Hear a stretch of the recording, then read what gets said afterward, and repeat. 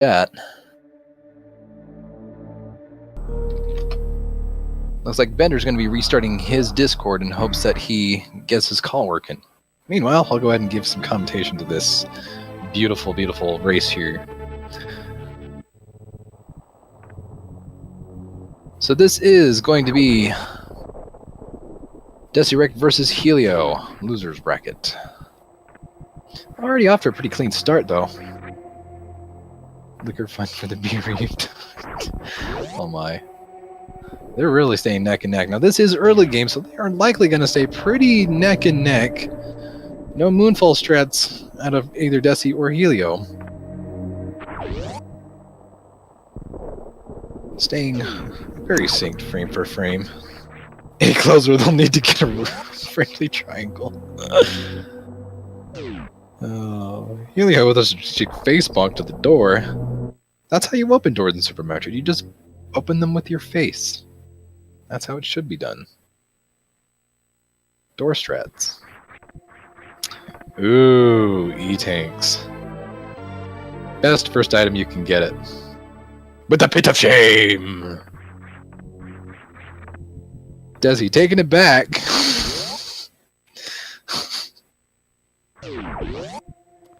And with a bit of luck, I should be now audible. Bender! Just in time for Morph Ball. Was it Morph? Oh, I couldn't. What was the first item? I couldn't even make my usual prediction of it being a reserve tank. First, and buddy, you are a little bit quiet there, Bender. You may want to bump up the audio just a tad. Is that bumped up enough? Oh, much better, I think. We'll see how chat takes it. Yeah. Sarah Station? That got blowed up years ago, dude. B. Jonas. Alright, Jicard said it's good, so... Oh, hey, look, my driver's license. And Dixie is going to check those items up there. Billy Mays missiles, but there's one Yes, super Billy missile. Mays. But wait! There's more! Indeed. 2 for the price of 1, $9.99. Oh, wow. So it's just 1v1 with the price of an extra. That's quite bad. Quickie Mart with the flirt. According to Grimfade, you're still fairly quiet. In the Discord, you're pretty alright, so you may need to turn up a tad more. Also, Desi finding more missiles. Okay, we should now be turned up. Oh, wait. Which is higher than Game Sounder Bender Kappa. Okay, I'm sorry for all the troubles we have with audio levels. This shouldn't be happening, but hopefully this is now better. Is it? I can't entirely tell since I'm in the Discord, and it'd be up to chat to really determine that. To me, you sound good. I'll just knock it up another notch.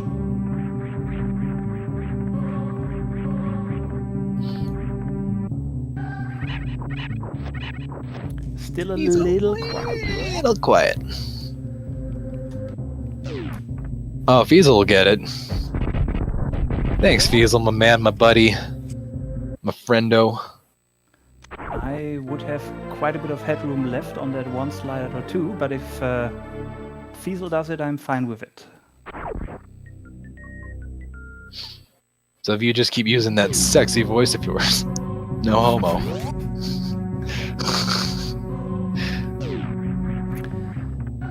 Bender bending us all over with his beautiful voice. Want me to do a lot of you just muted. Double bit of shame from Helio. Oh, Helio. Also with some slight lagging in his stream content, but that is A-okay. And Dessyreqt having quite a bit of trouble with his Alcatraz escape, but he makes it in the end.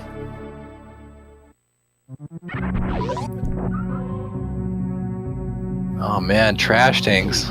Not what they're looking for a really fantastic seed. reading chat out loud. Athena, you gotta be a great commentator to really read up on chat. Worse than mine. Oh, moo moo. And since we have a French participant in this race, there is only one way to properly celebrate French participation. That is by pouring yourself a glass of red wine.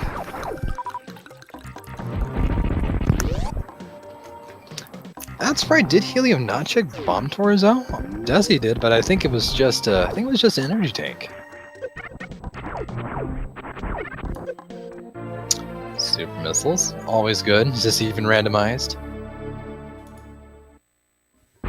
Ah, now they're saying you sound real good now, so... Wave beam? Oh my! That's a good item to have right now. Desi not grabbing it immediately. I guess he doesn't want those missiles. He's already got 10, so he's doing pretty good for most of what he needs to do. Keeping with low percent strats is always nice.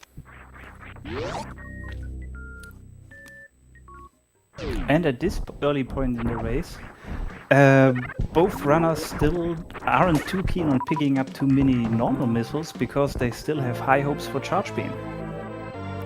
I don't know if it's high hopes for charge beam or just staying with low percent strats, although... Oh, actually, no, you make a valid point. Excuse me. I'm in error here. It is still fairly early game, so if they pick up charge beam fairly early, they wouldn't have to worry about it. But we'll see if the seed is indeed pretty free.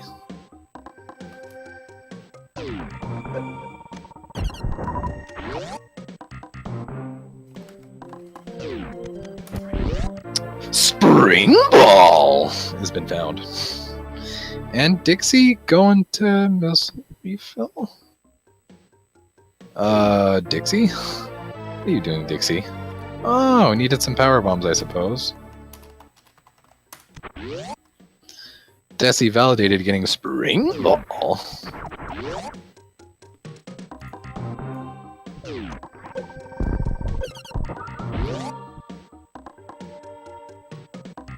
And Dixie making his way down as well.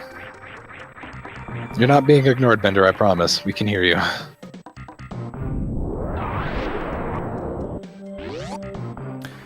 Okay, now you should hear me quite a bit louder and clearer than before. Let's hope on Fiesel's end you're not ear blasting chat.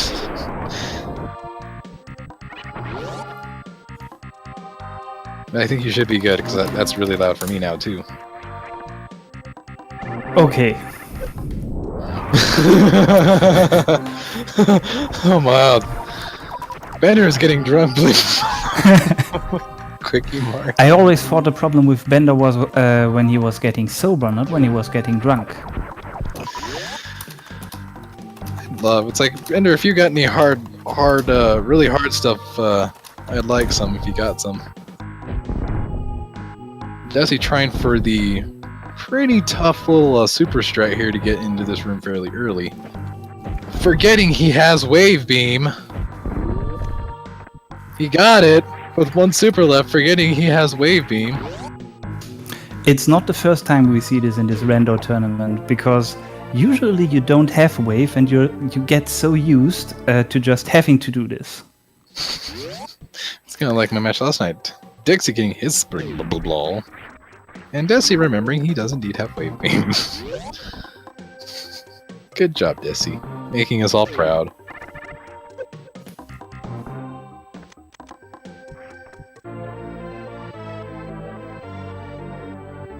Alright, Chad, any guesses at what's at charge beam, vanilla charge beam here? Speed booster. Well, that's another good one. Good reminder to go check Waterway. Yeah, it's very convenient because I said this in every match I commentated, but the Waterway major item is a bit special because you usually don't have speed booster to check it, and coming back here later is a very costly detour. And so speed booster being placed right where you need it is really a good thing to happen to you. I like Quickie Mart's response that it was a hot dog. X-ray scope. Huh. Better than a hot well? No, actually, no. I think Samus would have preferred a hot dog. Extra sauerkraut. Some spicy brown mustard.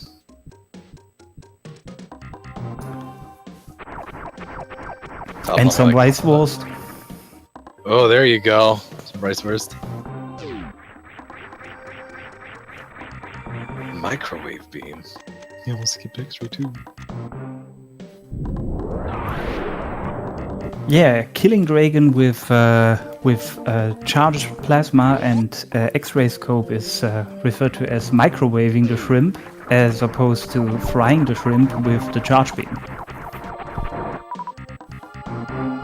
Also, add friendly triangle. I guess. At shrug.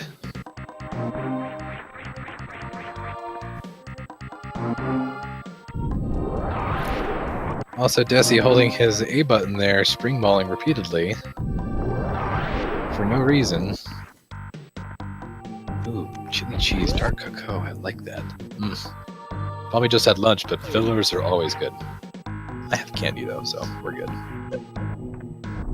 Dessy opting not to do the slinky.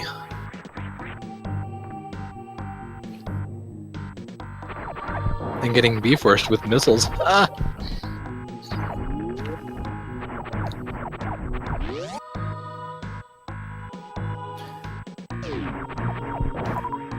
And about 11.5 minutes in, they're still pretty much equipped with the same items, and at almost the same place. So this looks like it's going to be an interesting race.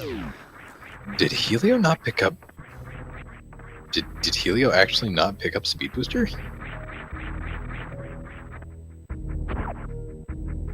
It would appear that he... Oh no, he did. Just Tracker didn't mark it. Alright, we're good.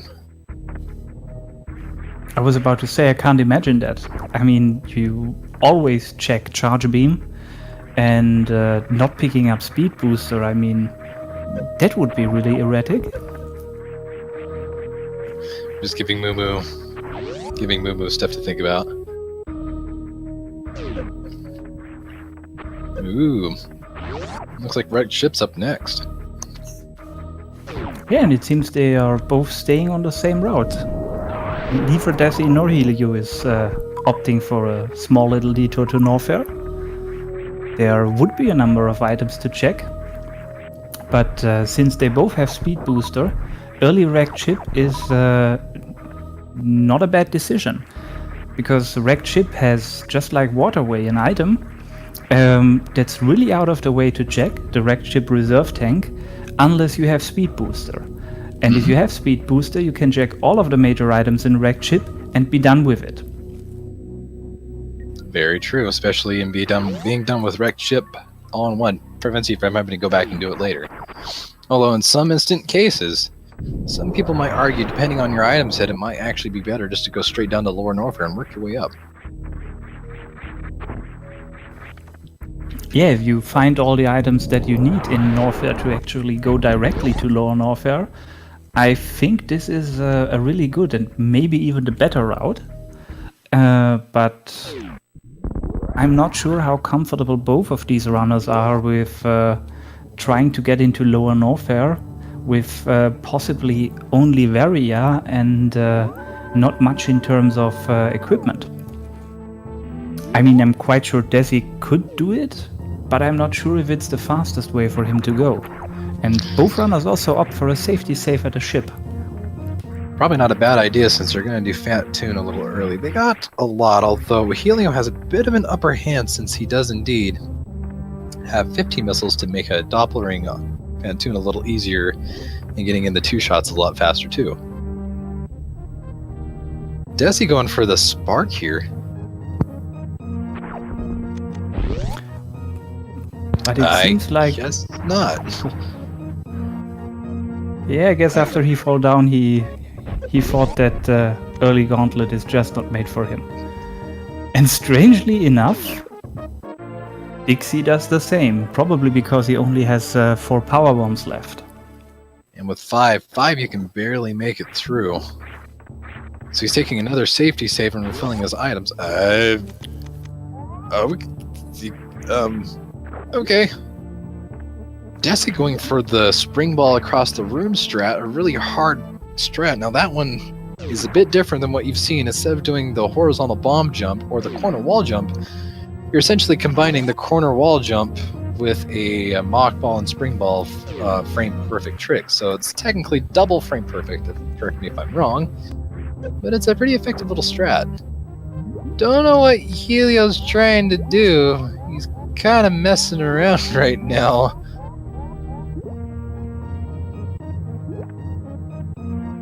Looks like he's opting to try and do the same thing Dessy was trying to pull off earlier. And it happens to him. The same happens as to Dessy. He just falls down.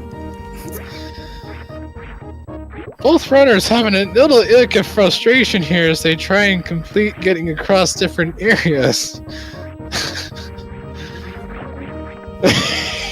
I mean, we have heard a lot about the commentator's curse in the past, and maybe I am to blame because I have this glass of red wine here.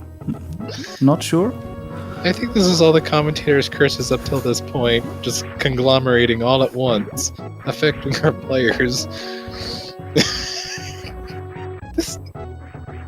If he falls down again, I'm done.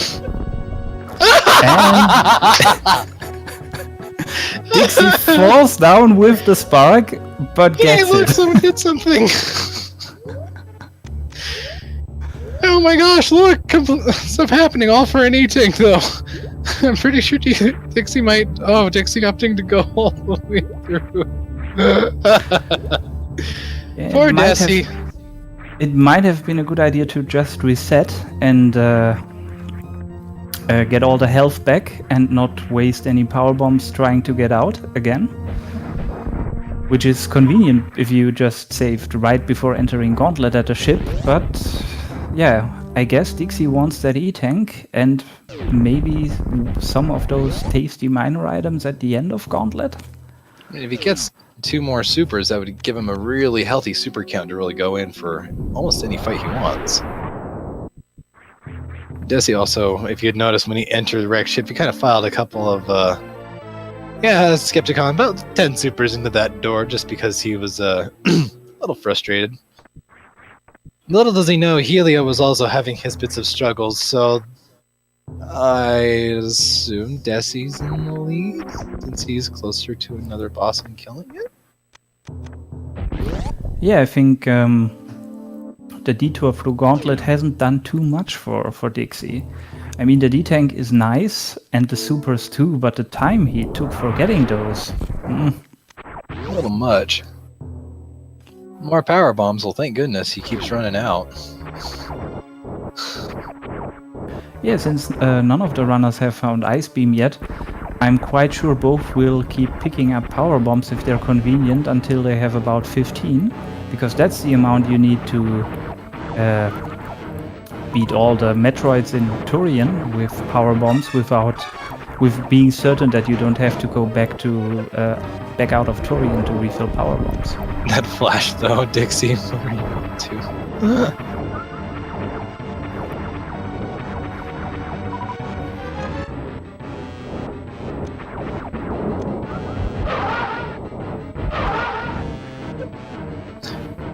Dessy doing pretty good. Needs to put a little bit more damage on the ghost, but I think he'll get it. I'm not worried about Dessy being able to beat Phantom. He's old and experienced enough to know what he's doing, and I guess with 4 E-Tanks, that's more than you have in any percent in your route, it should be not too bad.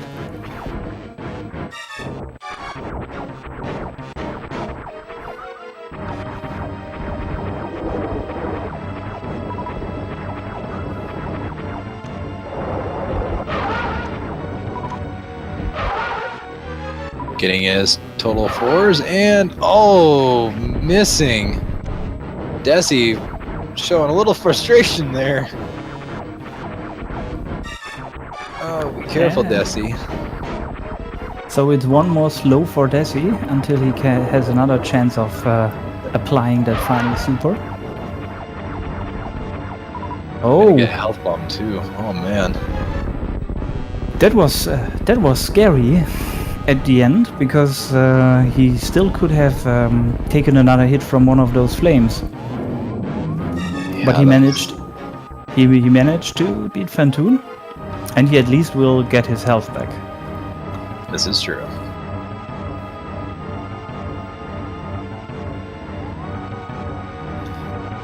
Dessy, what are you doing? X-raying to really draw out of that death because he's so frustrated. I think Dessy needs to go up direct ship and then take a nice long sit in the ocean.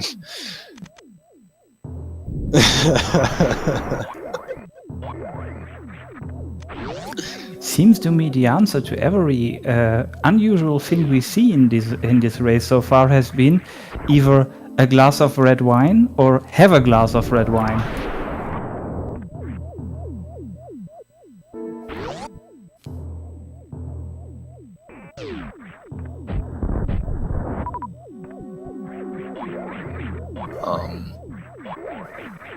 And Dixy is now at his Fantoon fight.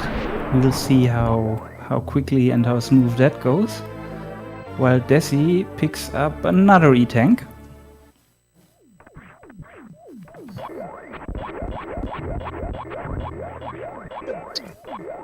Dixie throwing in all those supers for no apparent reason.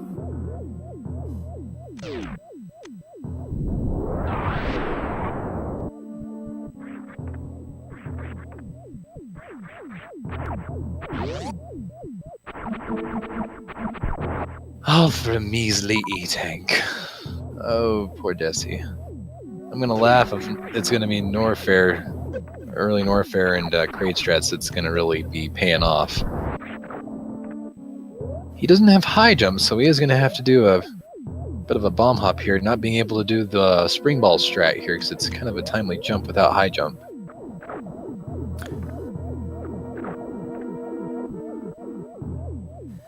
He has speed booster though. I think if you run from the room before that and jump at the right moment, you can make the jump with just speed booster and no boots. Yeah, and the spring ball strat he's trying to go for here is really tight because you have to stay in water to be able to do it. Dessy's frustration. Since that beta of getting randomized endings isn't there, I'm sure he's gonna have a nice long beam-filled conversation with the animals. He does have one win, so. Ah, and there he gets it. There he goes. But he's taking quite a lot of damage on those spikes. He keeps giggling! Don't do it, Dessy, stop! Not like this, Dessy.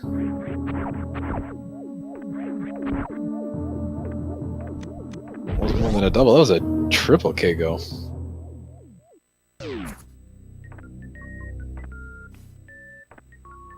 Zosty hype.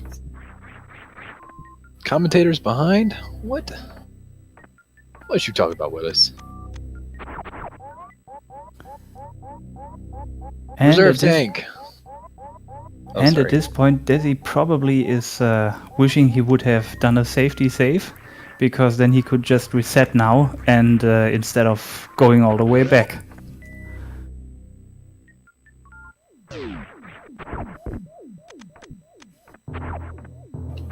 Both runners in the in the SRL room making a commentary of how they're both like feeling heart rateful right now. Oh no way!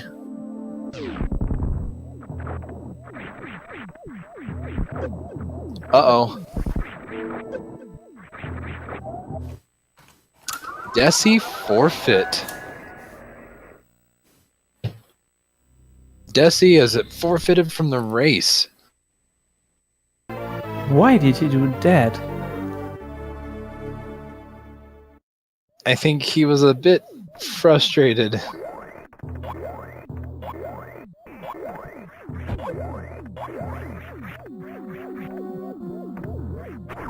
I mean, I can see him being frustrated at a lot of things. I mean, Super Metroid has been frustrating to a lot of the people who run it, even those who do it passionately. But I think Desi should know what he's in for in a randomizer. I mean, he has created his own Super Metroid randomizer in the past. And yeah. I mean, he knows what he's in for. It's just since he runs at a very high level, getting that many amount of errors that he did, I'm sure is quite frustrating. It's where he just wanted to go on to the next one.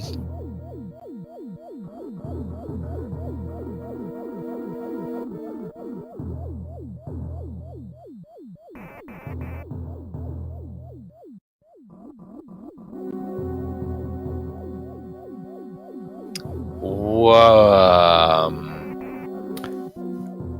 Desi quit the SRL channel.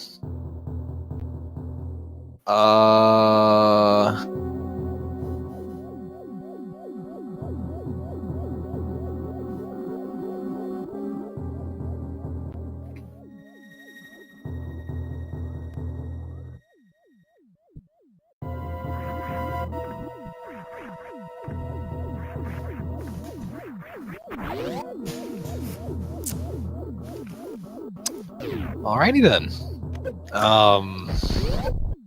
Yeah, I guess this round then goes to Helio. Technical knockout for Desi by Rage Quit.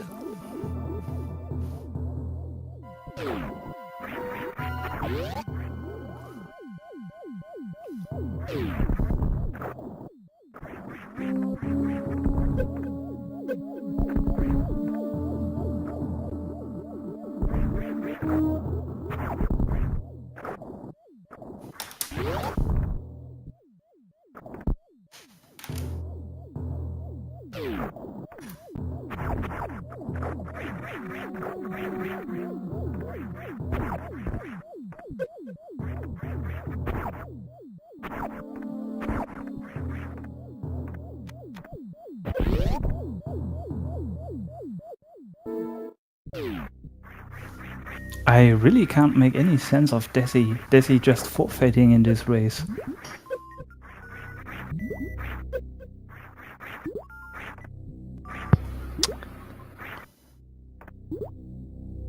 Huh. I guess I'll have to agree with what Zoe said. He does kinda... Yeah, I really hope he didn't forfeit because of some unfortunate IRL event.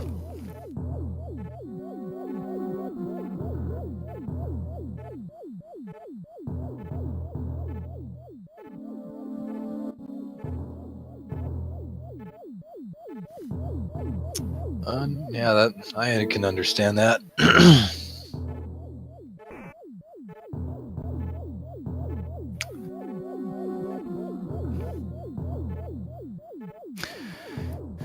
But yeah, Desi has forfeited, so we're left to watching Helio doing his run.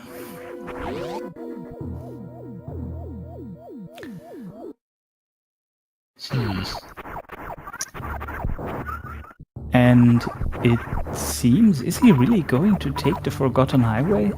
I don't think I've seen any randomizer run where the Forgotten Highway has brought any luck to the person who tried to walk it.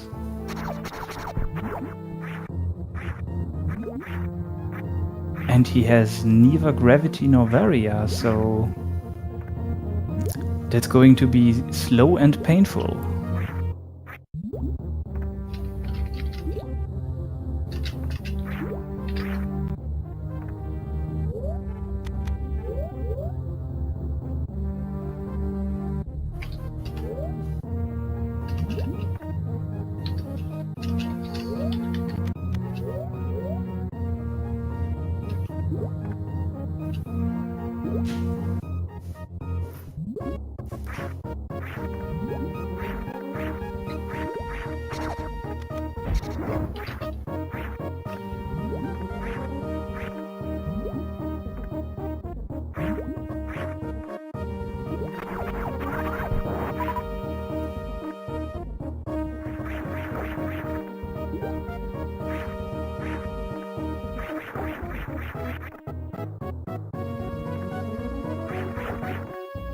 Chad, if you can do the biggest favor, give Dessy the biggest follow in the world if you can.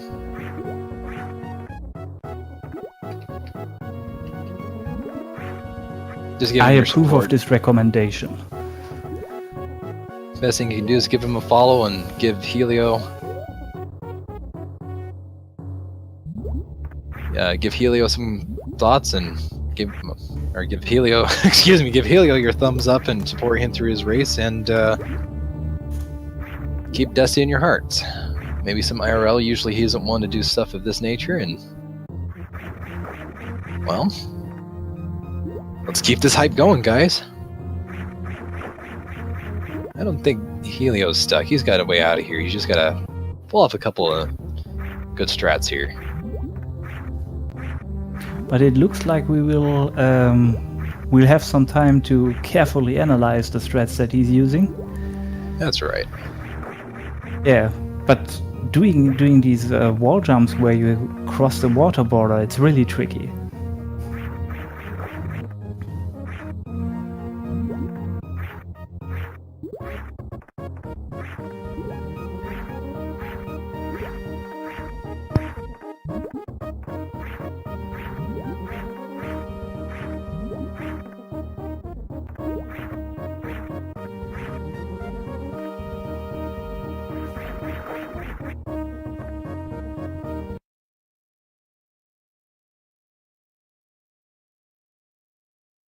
And Helio decides to do a reset.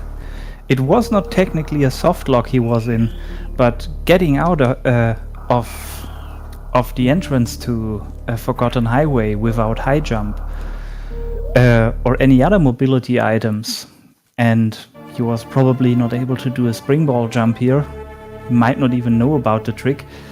Yeah, it's kind of tricky. And at this point he also knows that his opponent has forfeited, so he can take his time and go back into Rev Chip.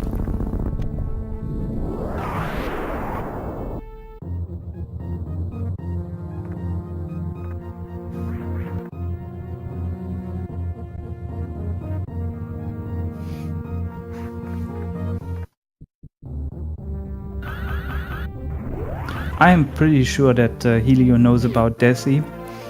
We saw him ask for a wonderful shrug from everybody in chat for Dessy, so I guess he got it from the SRL chat that Dessy forfeited.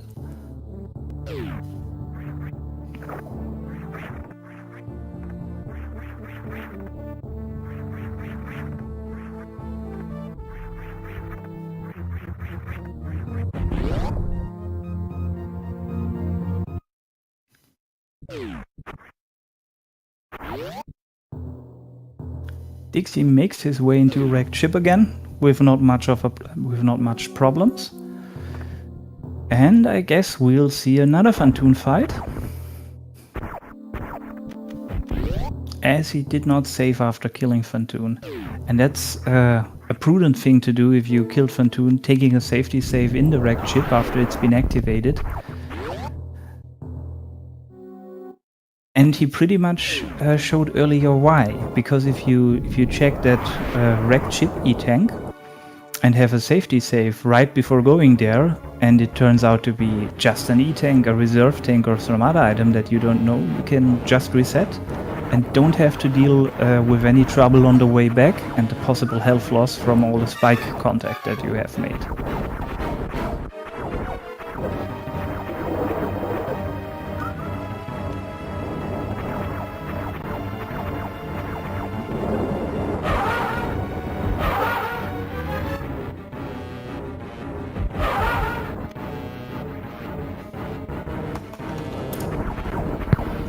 Sorry about the quietness there.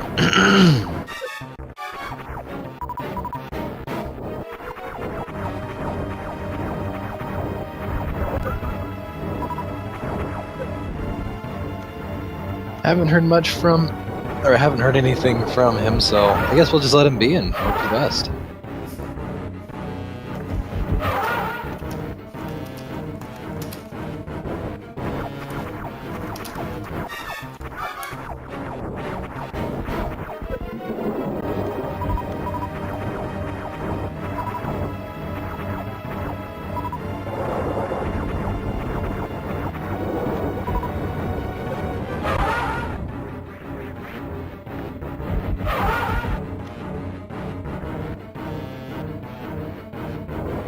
And he misses the last super to finish off Phantom.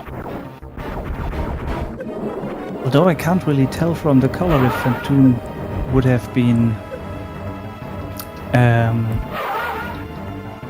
finished off by a single super.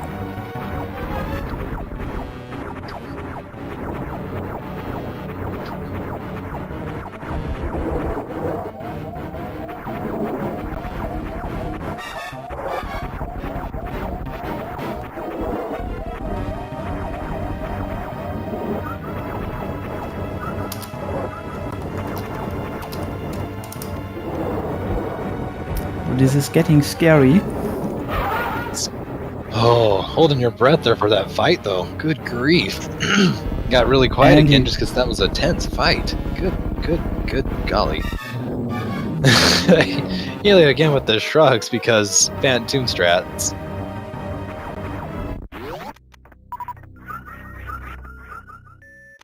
I'm also quite certain we will see a detour to the safe room this time.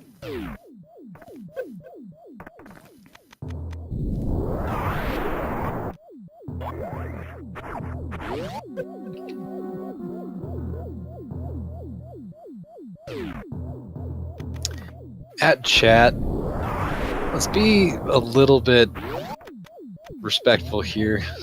Let's just drop it. Just for the sake. Dessy, for those who don't know, Dessy has got a lot going on in his IRL world. So he probably had to forfeit due to some very interesting life events. He's doing his best, so let's just give Helio all of our support here and help get him through his run, shall we, chat? Best chat, thanks.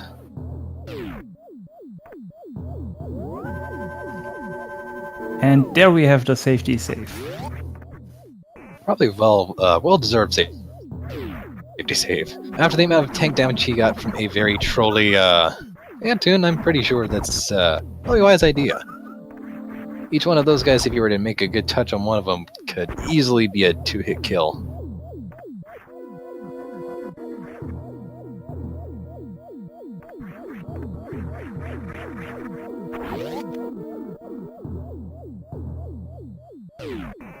Actually, that's a good question, Fiesel. Is there a way we can do a full screen of this?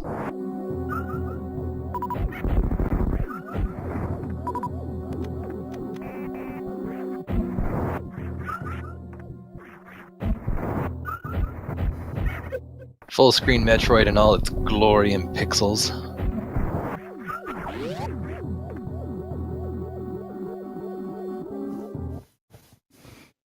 And Dixie has Dixie has no problem clearing out the attic. And he's now actually checking what the Rekt chip reserve tank holds for him. And since he has speed and wave beam, that's fast and easy. And it's just an E-tank. So I guess we won't see him picking that one up.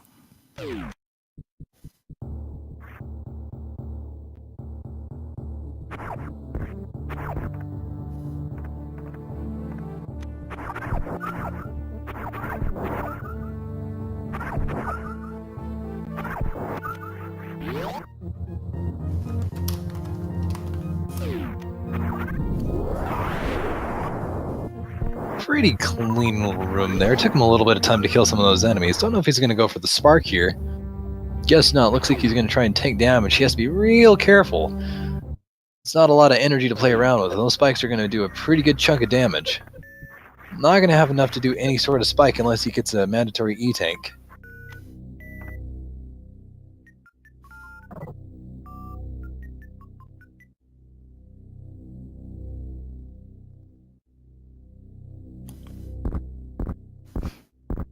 Now we can all watch and enjoy in quietness the calming bowler taking his path, unstoppable at a snail's pace. I don't know if that's an emote of some sort that I'm not aware of, but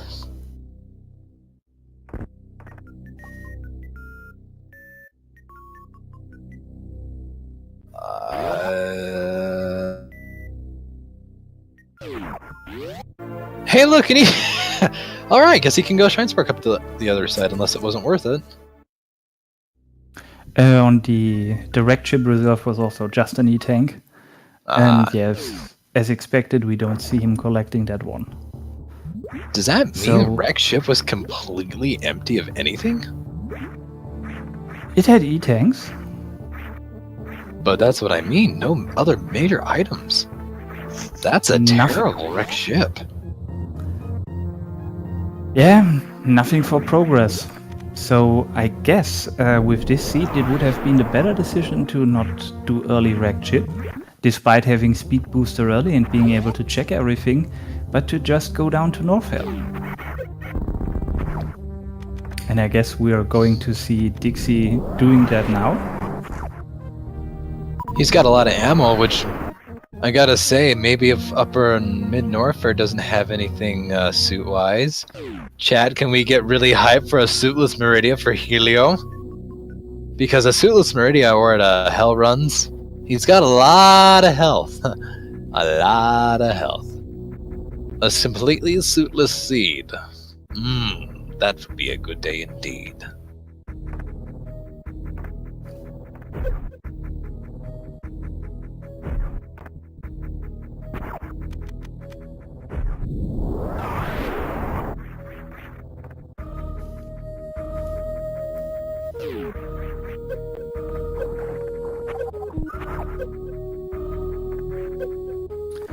And he's taking a relaxing... Stop! A relaxing, painful. Yeah, spike relaxing. bath and then a little bit of nom nom nom nom. Very checked. Yeah, relaxing teeth massage in those wild plumes. Always comfortable.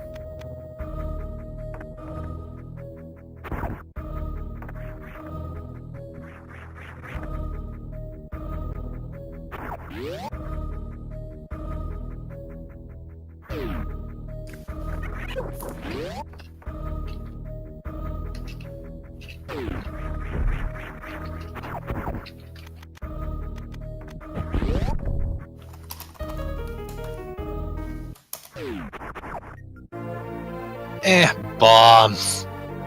This was spa? Yes, it was a spike spot, don't you know? More like spike spawn. Jokes. The joke. Oh, now the puns are coming out.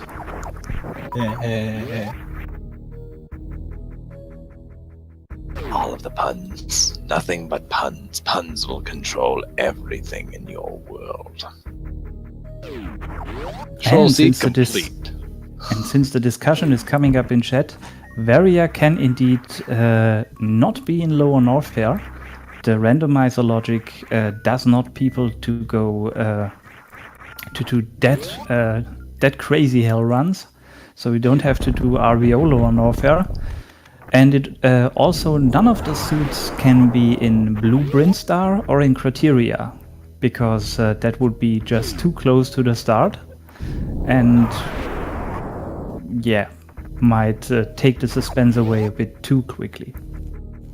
But Kraid might have Varia, as he does in the vanilla game.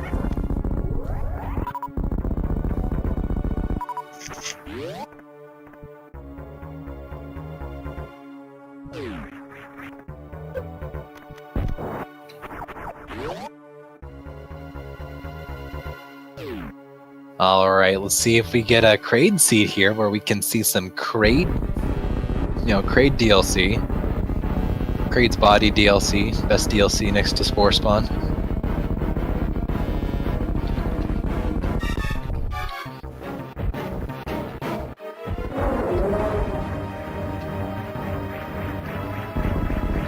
Oh, we don't get the Kraid quick kill. Look, Kraid DLC, guys!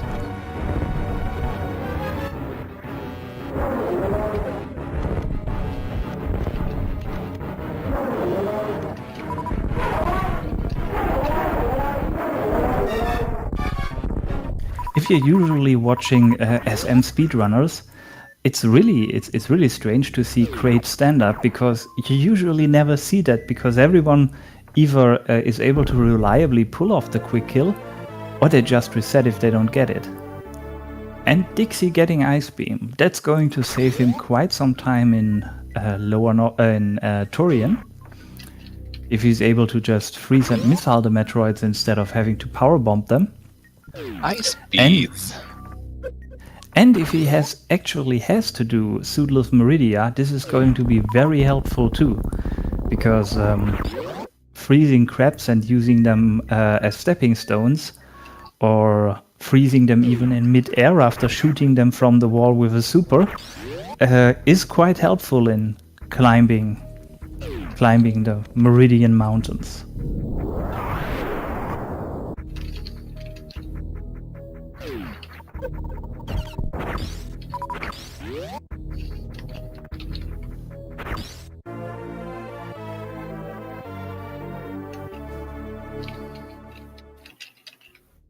Huh.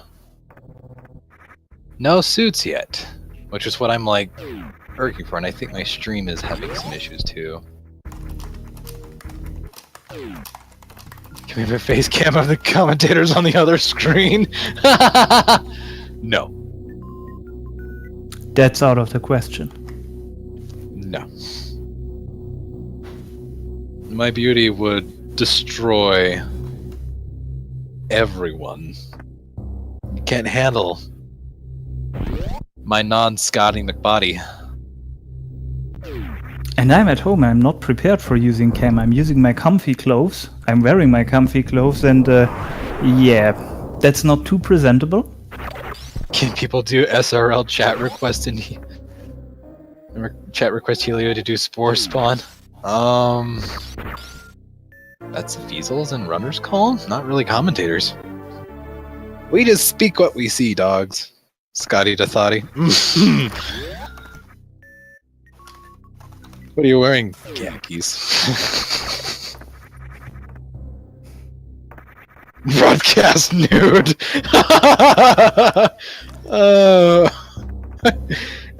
Your birthday suit. Oh, chat. Why are you laughing? I think I read somewhere in the guidelines for the commentators of the tournament that they actually do have to do their commentary nude. I thought that was serious. Well, this is awkward. Professor Chuckles. I need an adult. Lewd. Too lewd. Samus, help. Ooh. Really close on the spark there.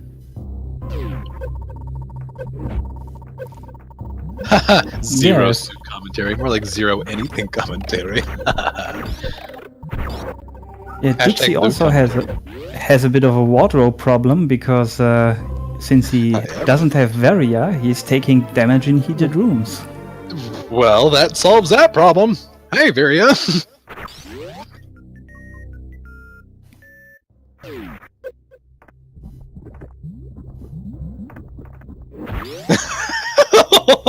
All those emotes.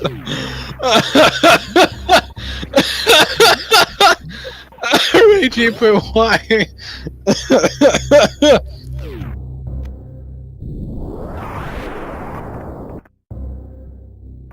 Commentators are now not allowed to wear pants.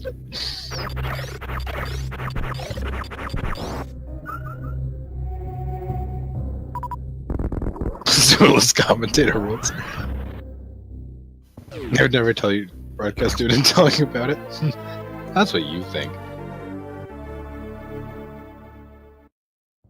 You broke Palmy. In the meantime, Dixie has made his way, or has started to make his way down to Croc, probably, from Ice Beam. And you actually do need Speed Booster to take this way, because the last set of blocks before Croc's door is actually all speed blocks. And we've seen people not too familiar with the map yet taking this route in the past without having Speed Booster and having to return all the way back. Which is no fun, since in that long vertical room all of those platforms are crumble blocks.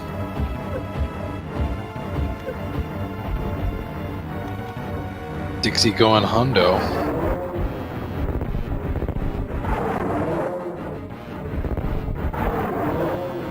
That's why he's a mini boss, I amism.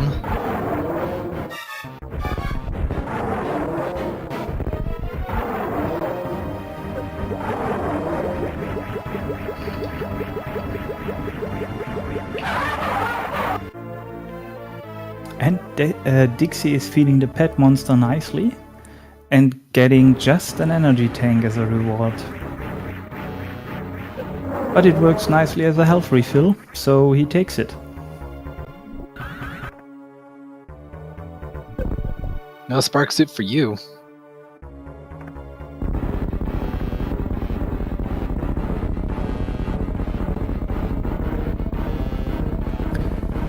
I don't remember, did he save before going to Croc? I don't think. Ah, that's unfortunate, because saving right before Croc is another thing you see a lot of experienced runners do, because if it turns out that all you get from Croc is just E-tanks, reserve tanks, or other useless junk, you can just reset after checking the items and not have to go back all the way up.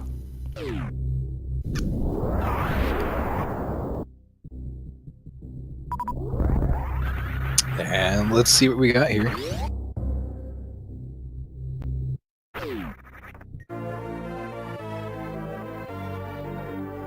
High jump. That's going to come in handy, especially or mainly for Suitless Meridia. Otherwise, I think he was quite mobile vertically with just space jump.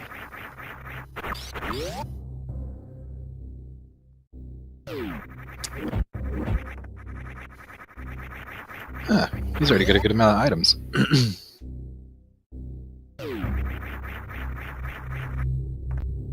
Yeah, at this point I think the main item he's looking for is Gravity Suit, so he can do Meridia, or can do it comfortably, and have an easy entrance to Lower Norfair, and Charge Beam, to be able to kill Mother Brain without collecting a lot more miners.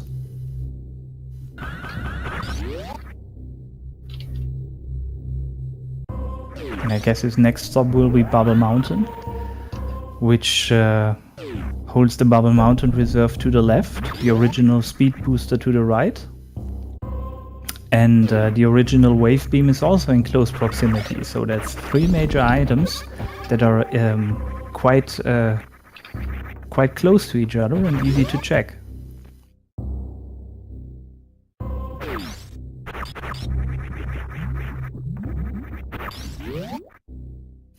If Gravity had bought one, that'd be great.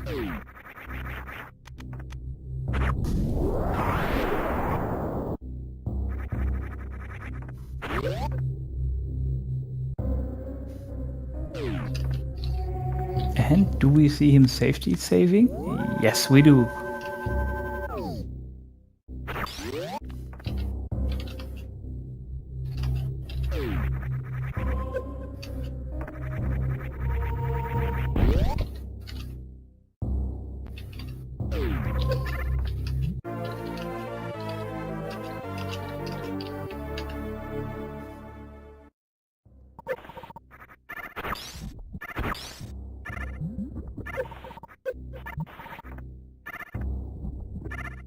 He has a lot of minor items, so I don't think really checking major item locations is a big importance, although he does need a few more missile packs. And there is Gravity Suit. And a missile pack.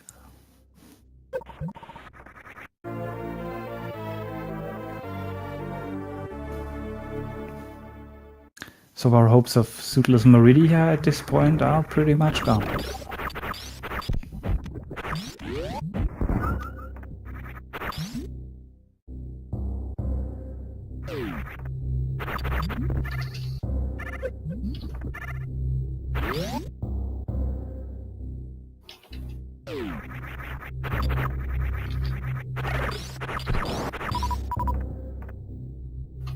Purple rain!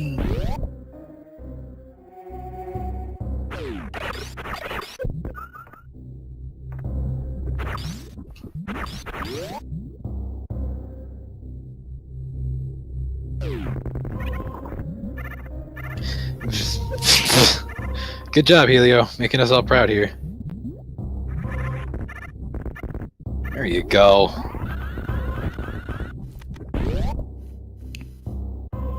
Go kill Ridley already. No.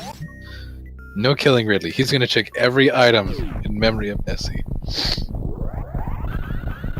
And we really hope he's not messing up the escape from this room, because he actually has the rising lava, since he left that room, the original speed booster room with speed booster present. That means he gets the rising lava animation, and we had it in the past that someone actually, fat-fingered over such a bridge and fell down, and it was quite a spicy bath he took.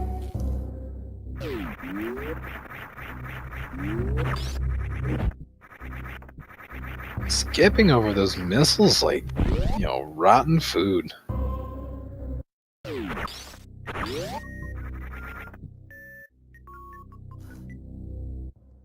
Oh, he was contemplating taking that reserve tank for a second.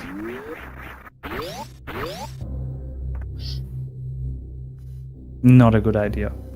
Never a good idea. Reserve tanks are never worth. I don't know why he's going this way. I guess he's going scenic route, which is always interesting. I'm just kidding. This is technically faster than trying to go all the way back.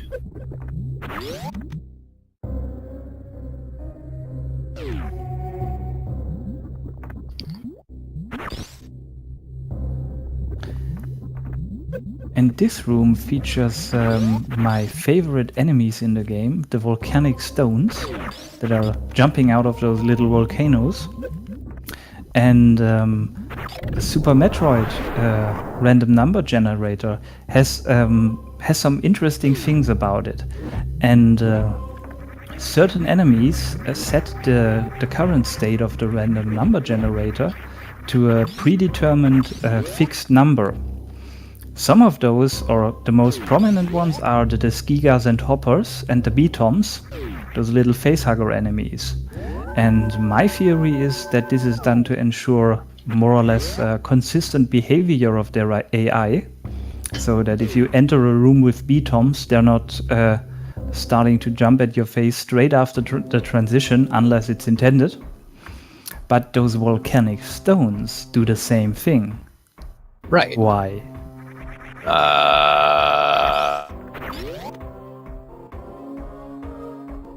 It's a mystery. Chat, give me some ad shrugs for Palmy not knowing things. Trash can rejected. It's a secret to everybody. I think, Yabby, you're in the wrong channel. This is the Super Metroid randomizer, not the Zelda randomizer. It's a mystery. Oh no, Helio. Not like this. Not like this. Oh, last missile. Oh. Wow, he gets it with the second to last super. Saved by the bell.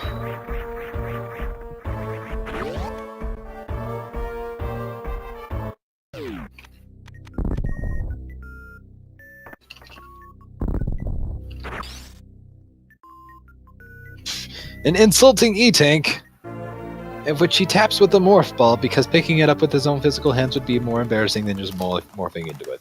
Can agree.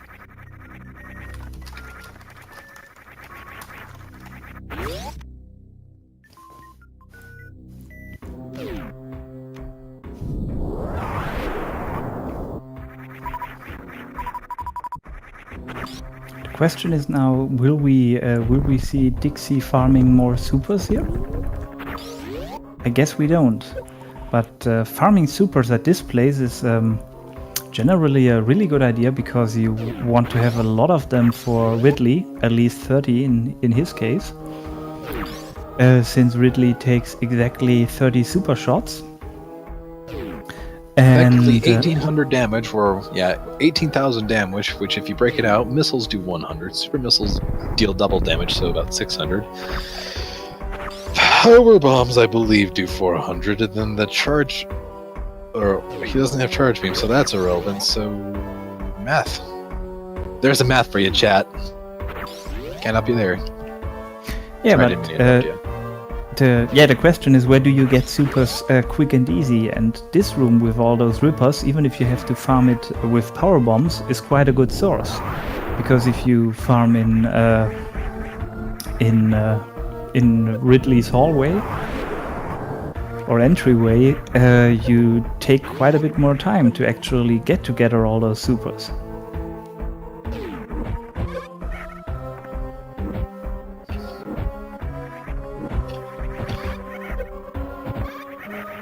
Now we're seeing the worst room in the game, and I guess just like with the Forgotten Highway, we are going to get reminded again where the name came from.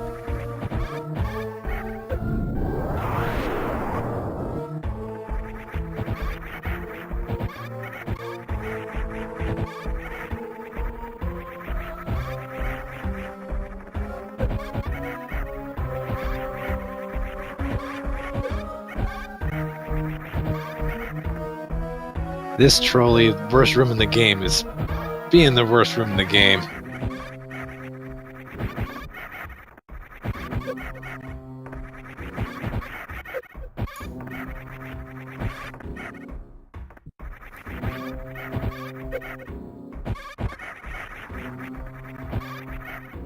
I think farming supers would have been worth it just to be able to just kill all of those pesky space pirates.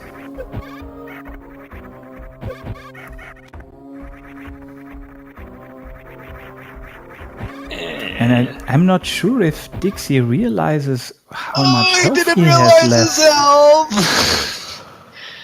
It seems he didn't.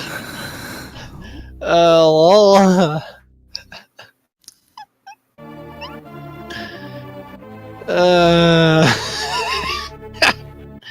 Dixie, you make me happy. I was watching his health there the whole time, so I palmed me with silence because I was just staring at his health, just being like, Dixie, what are you doing? Well, at least he has that wonderful French laissez-faire attitude and just doesn't care. Pace pirates are pace fire best threat sets.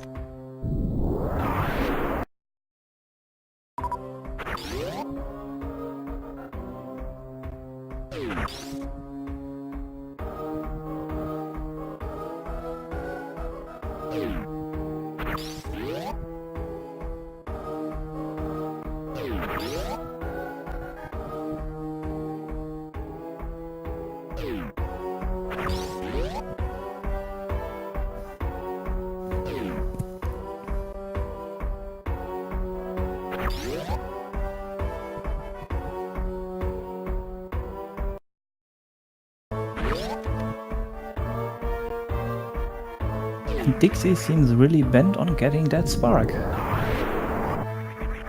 To no avail.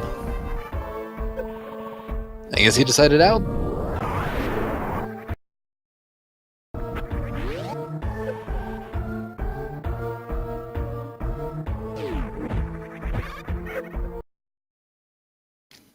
And we're back at the worst room in the game.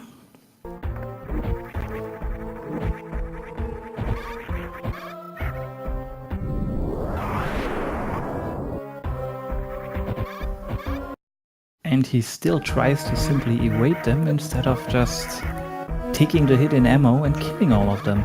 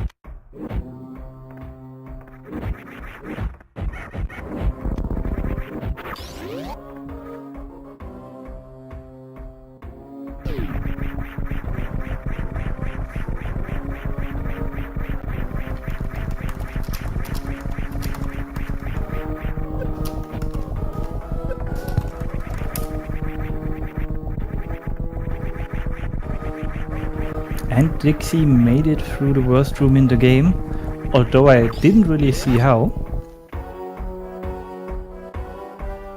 The frames between him trying to get up the worst room in the game and him entering Colosseum are left as an exercise to the watcher to imagine. And spikes. No spikes. Oh, spikes! At least these fireflies have pretty much guaranteed health drops if you're beeping, and they are probably going to be big health drops. And he gets Grappling Beam. Useful. It gives him a second option to kill Dragon. If he doesn't find Charge Beam until Dragon, he can't really softlock due to being out of ammo. Oh well, you can farm Dragon Scoop for missiles anyways. But he now has one of the two options for killing Dragon that also provide you with a nice dinner. He can have fried shrimp. Ridley with a side of fried shrimp.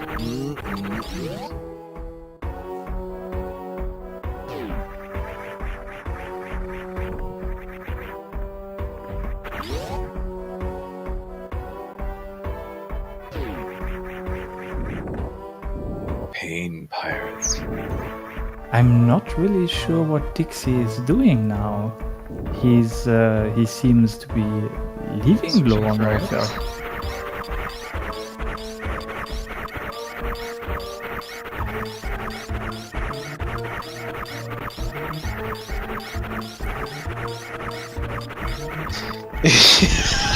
In SRL, he's like, oh yeah, I forgot to fight Ridley. So he took an intentional death there at the end. Yeah, strategic reset by Key Hunter. Strategic reset by death.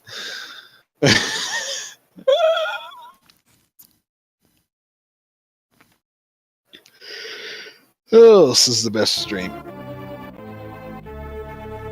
5-hour time limit coming into play. Oh, I guess we have quite a bit. We are making quite good progress for staying under that 5-hour limit. If anything, we're going to see the 2-hour limit playing a role. And I'm not sure. Between those hand-picked frames, he seems to be not re-entering lower Norfair. I mean, he knows he has no opponent, and that means the only thing he is racing against is a 5-hour time limit that he should surely be able to beat easily. But it's a very, very interesting decision to not go back down to lower Norfair and beat Ridley. Because if he is first going to kill Dragon, he has quite a bit of a detour left to go back to Ridley. I mean, I don't think time is really important to him right now. I think he's just kind of playing to play, I think. Yeah, but he has 8 E-tanks and he has 50 supers. I don't think it should be a problem to kill Ridley. And he has Maybe both he's gonna suits. go do a spore spawn just for us. I mean, I certainly would appreciate seeing Spore Spawn. I mean, I've seen a randomizer yesterday where we saw a Golden Torizo fight, and that's a really, really rare sight in randos, since it's you barely don't ever have a reason to enter the GT room, because all you get there are 2 miners, and you have to fight GT for that. I mean, And he if really we wants now- miners, but at this point, I mean, it's kind of anyone's guess what he wants to do. He's leaving us a real question here. Yeah, and so yeah, nobody ever visits GT, but with Spore Spawn it's even worse, since there is no reason at all to visit him. But then again, it's GT. I mean, who wants to ignore GT? Everybody wants a piece of GT. Oh baby. GT booty. Super missiles.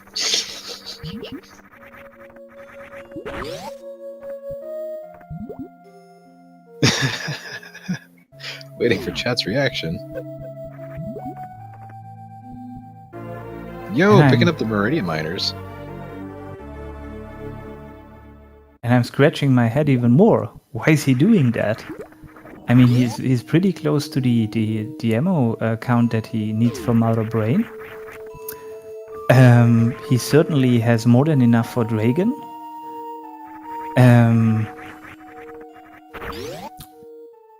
The one interesting major item that is in this area, Plasma Beam, he can't even check because he has to kill Dragon first.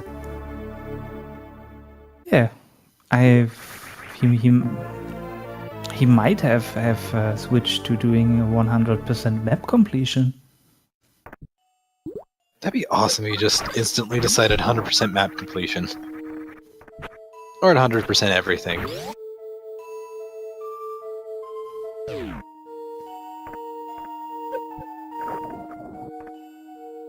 Or he's playing a drunk stream and he's totally drunk off his ass right now.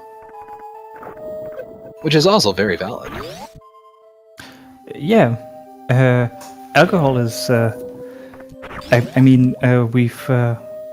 at least seen Dingus before, and he basically blames the outcome of his matches on the amount of gin that he has taken in. And his answer when I asked him why he did lose against Elminster, he was convinced that it was not enough gin. At this point, I'm hesitant to make a joke about the French and their red wine consumption, but we don't know. Yeah. But we can always dream. Yeah, and French wine is not the worst thing to consume. Bourbon's where it's at.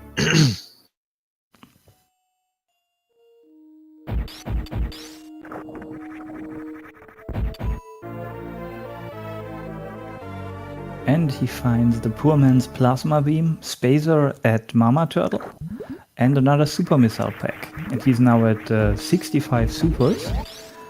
And to beat Mother Brain without charge beam, you need the common combination is as a minimum 60 supers and 30 missiles, but you have to go back after breaking the glass tank and refill, and you may not miss a single shot after that.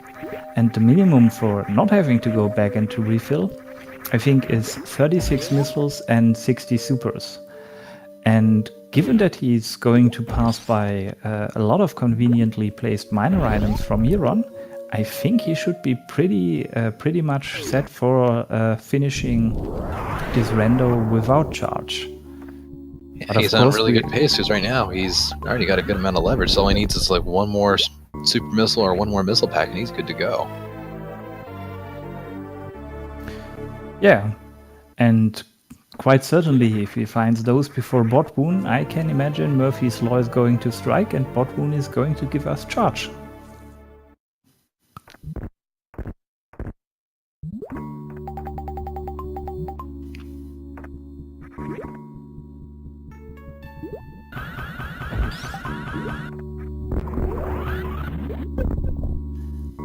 And it looks like we're going to see what's in the left sand pit, which originally holds the Meridia reserve tank.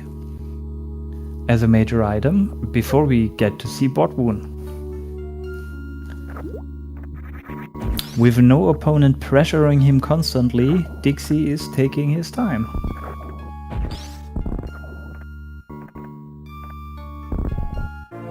Hey, charge beam! I need some plasma now, and I think we're good.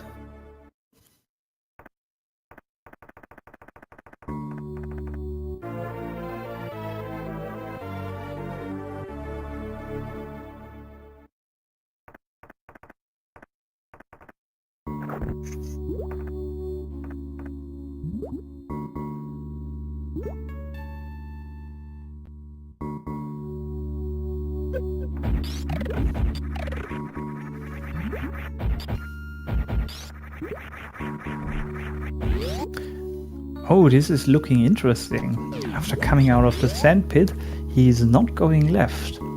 He's going right, and he's not going up the toilet again. And he has ice beam, so you know what that means. Ice clip, shack tool, baby! Hopefully. Oh, suspense.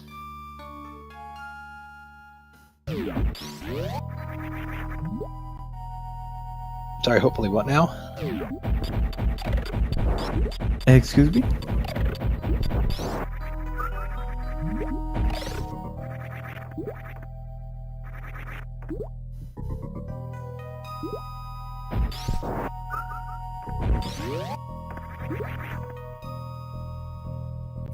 I guess we're going to see Ice Clip. Or at least repeated attempts at getting Ice Clip. Or Nice Clip, because ice is nice. Unlike mice, who usually, you know, eat rice.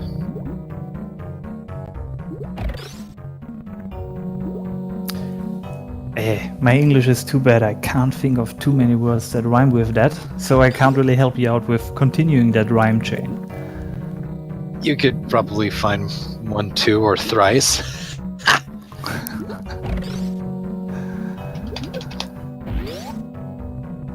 I'm admitting defeat, as does the floor of that platform, and we're here at Shack Tool. The floor admits defeat to Shack Tool and submits. Submit to Shack Tool.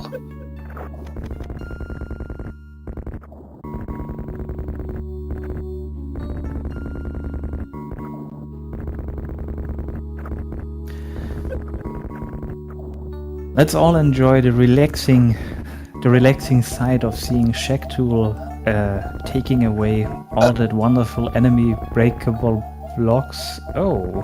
Death to Shack Tool hype? I don't think I've ever seen someone dying to Shack Tool. That should be a thing, and we should make it happen. Dixy remembers that he has a... Oh no, he killed Shack Tool. I'm sorry, but that's an asshole move. Nah, Shack Tool deserves death. Helio teasing us! Helio, stop! Hey! And it's plasma. Now that's what I call a tease. Helio, stop! I'm commentating. Oh, it was not just a tease, it also had quite a happy ending. Oh, you boy. I mean, what else? What better ending could you get than the most powerful enemy-piercing beam? Enemy-piercing beam. So lewd. Sugoi.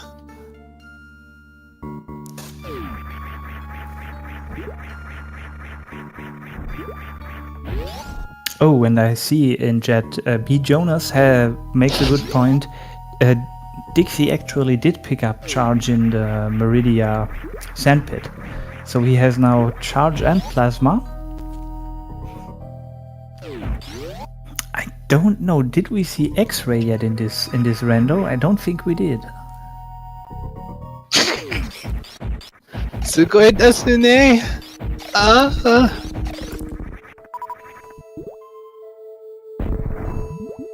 Yeah. Yes, we have seen X-ray. Desi had X-ray. Add charge to the item tracker man. Tracker. You mean sex ray? Jiggly Saint. I'm sorry, Bender.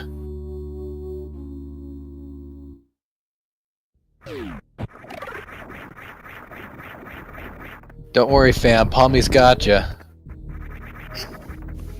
I think that's what he's trying to warn me of. But I think I think I can handle the situation. If things should get too bad, I could call a friend that might help me out of this.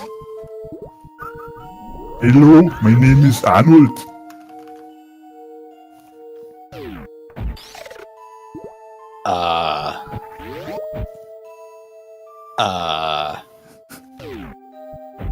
BRB gonna phone a friend. Hello? Hey yo, what's up? What you need? Need anything? No, what are you calling? Reasons. Dixie's wasting time with crabs and freezing things. I see that. Okay, later, Dixie. What? See ya. Click. Yep, that was my phone friend. So unprofessional. Becky, nobody needs your opinions. Professional left this like 40 matches ago.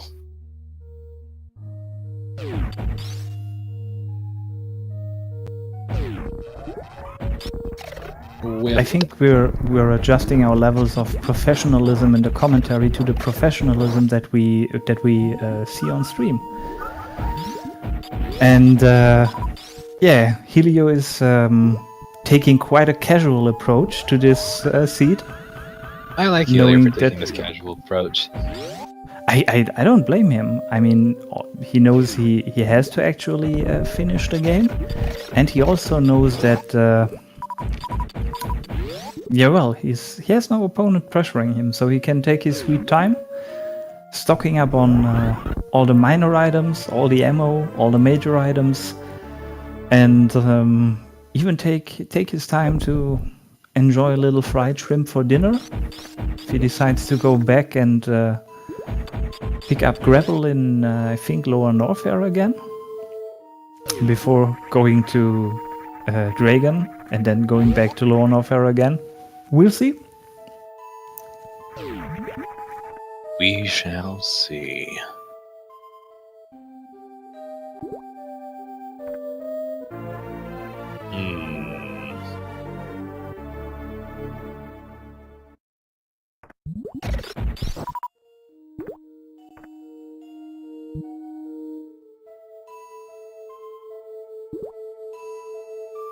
Tracker died.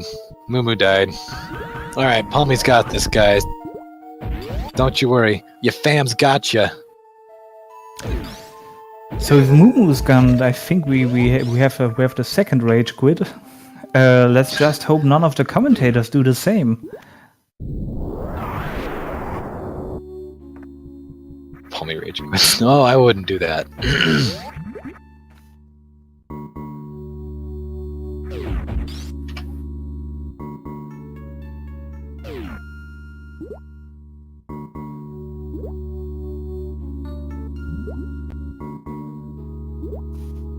And Dixie has second thoughts about going to Botwoon.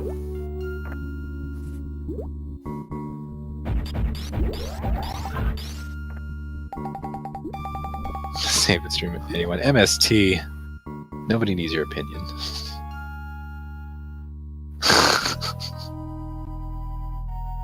And Dixie forgot something for his 100%, so I guess he's dead set on actually 100%ing that seed.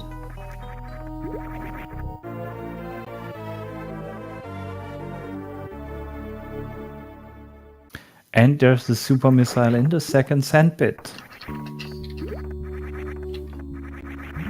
And yes, Sarah, it seems that Dixie has decided to make this 100% run.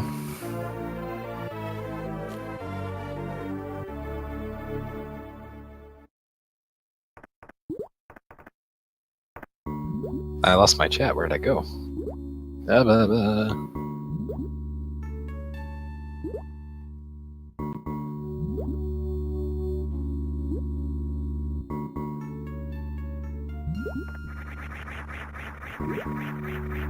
Don't worry, chat. Palmy's always got you covered for item tracking.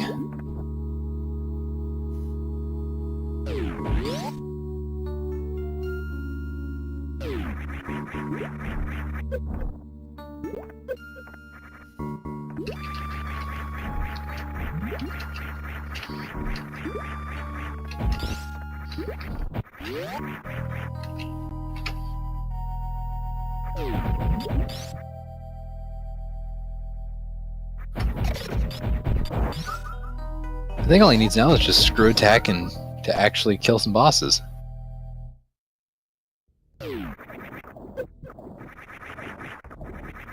And I Dixie guess- has indeed confirmed. Chat, co-commentator, get ready. Dixie has indeed confirmed. Hundo. Welcome to 100%, everybody. Ridiculously serious, that is the most appropriate meme for your name right now, in relevancy to the stream. Welcome to 100% Item Randomizer HelioDixy edition.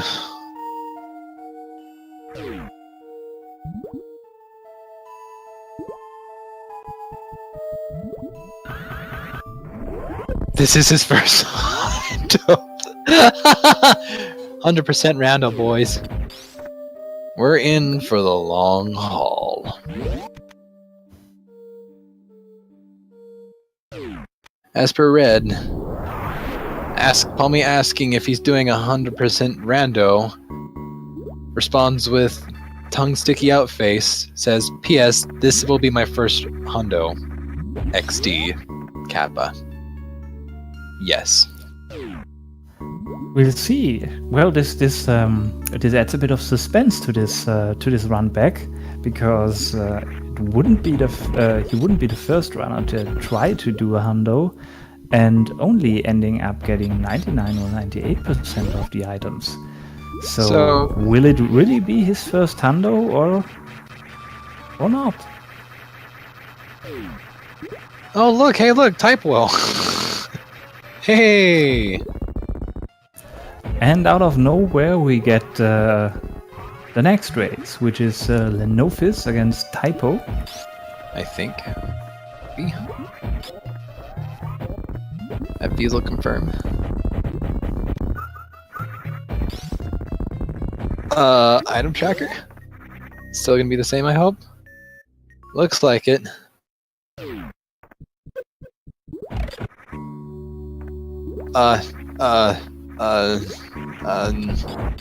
Looks like it is.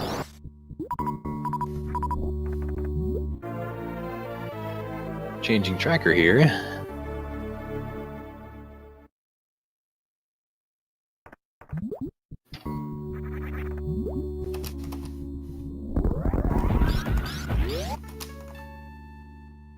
Thank you, Fiesel. And I guess we're doing Leno v typwo round 2? Alright, giving trackers and commentators something to do. Here we go. Palmy's gonna be on his toes.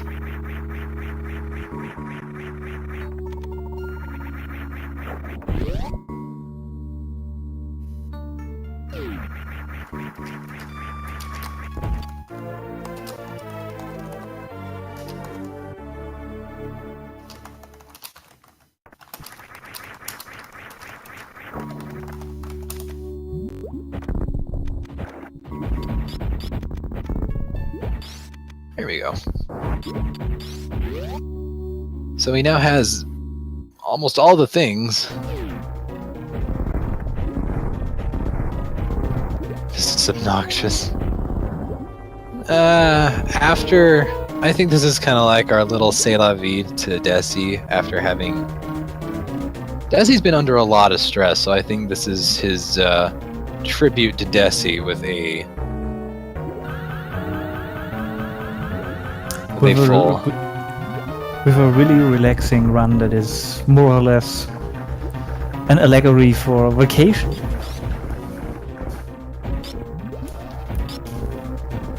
Up next, Dixie goes AFK but comes back in time to finish for the race at 4 hours 50 minutes. Although, let me remind Chad of something here.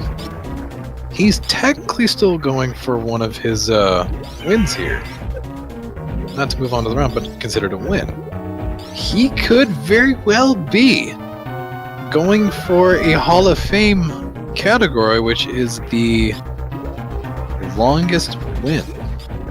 So, if he completes his run with a hundo, that will technically give him the longest, or the slowest win, excuse me. Thank you.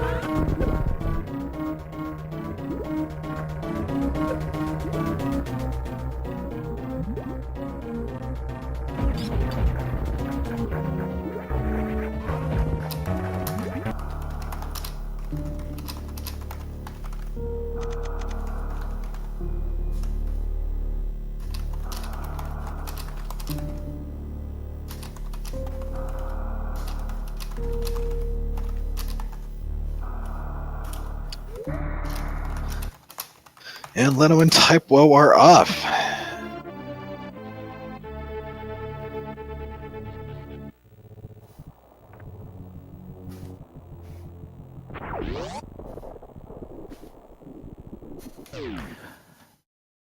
So I guess Leno and typwo are not going to play the same seed that we have seen with Dessy and Helio, because they should have no possibility of being able to know where the items are beforehand. So we're in for a new set of guessing what is the first item. I make my usual guess, it'll be the reserve tank.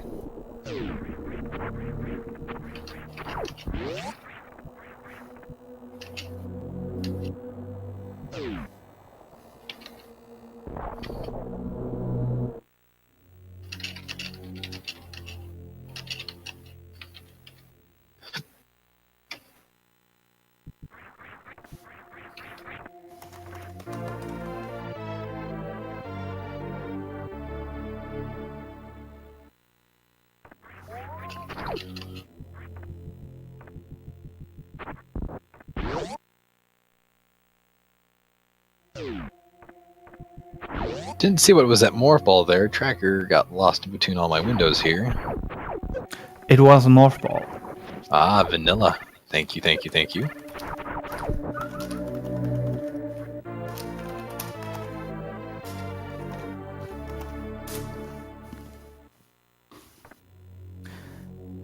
And so far, this is absolutely not randomized. We got morph ball at morph ball. We got Missiles the with E-tank in the missiles. ceiling. Okay, it's morph. It's randomized. Now we got power bombs. All's good in the world.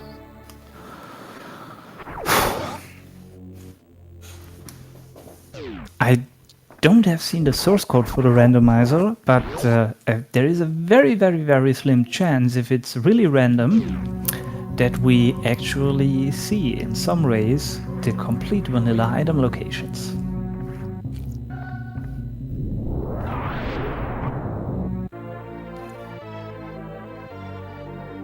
And we see both runners check the original power bomb miner next to morph ball. Getting some super missiles. Yeah, and with that their ammo set is complete.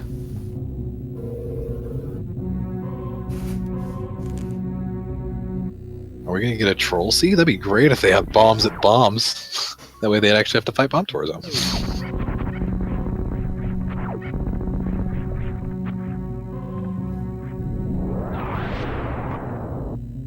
We'll see, but so far they are both pretty close still. And Lenophis opts to check the mother brain, the original mother brain E-tank miner, and typwo does the same. I've seen a race yesterday where the only easily available early power bomb was under the original Mother Brain E-Tank, and the runner that did opt to not check this item location, despite having bombs, was dearly paying for it later on, because he simply couldn't find power bombs. Right. I will be right back.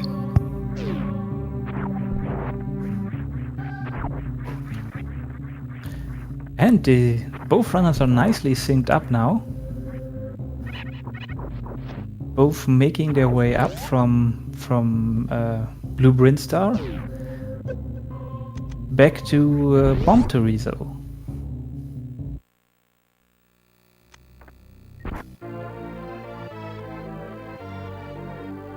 And getting early space jump. That is interesting. This is going to increase their mobility in early game quite a lot. And now we'll see where they decide to go.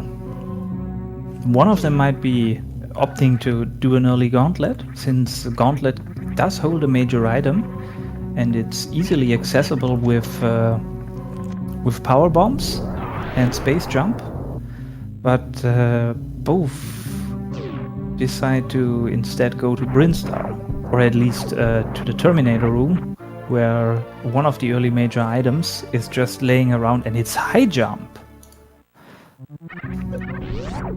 This is definitely a seed that starts with a lot of mobility items.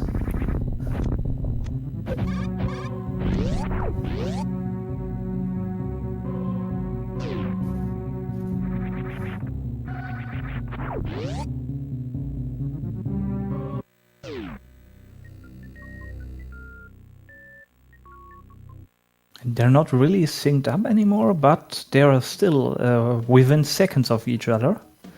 Both going down to Brinstar and probably going to check the items formerly known as early supers, with the major item in the back, the original Brinstar reserve. That turns out to be an E-Tank.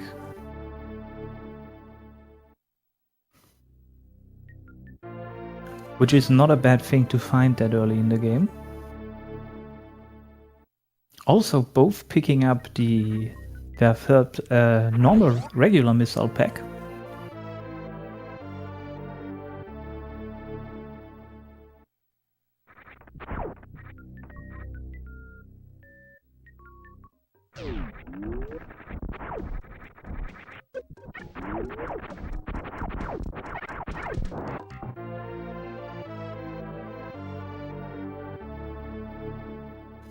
Also both picking up their second set of power bombs, and I think we will see both of these runners pick up a third set of power bombs unless they find ice beforehand, because 15 power bombs is the amount you need to do Torian without ice beam and without having to fear that you have to go back to refill your power bombs.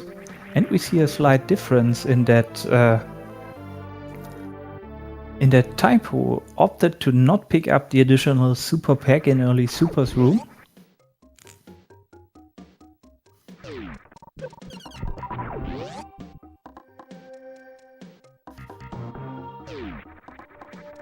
And both are going to...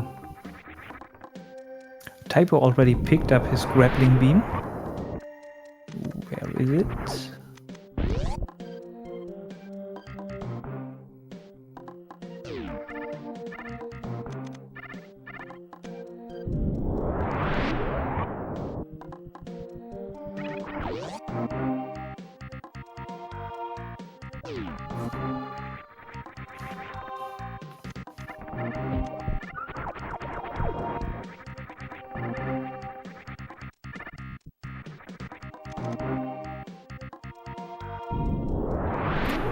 And now both are probably going to check Pink Brinstar in the usual fashion,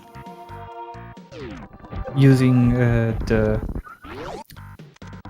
super missile glitch to cheat their way past the wave door, going for the original, or what was originally an E-tank in Pink Brinstar, and typwo gets it quite fast. I'm not sure if it was the first try, but one of the first definitely.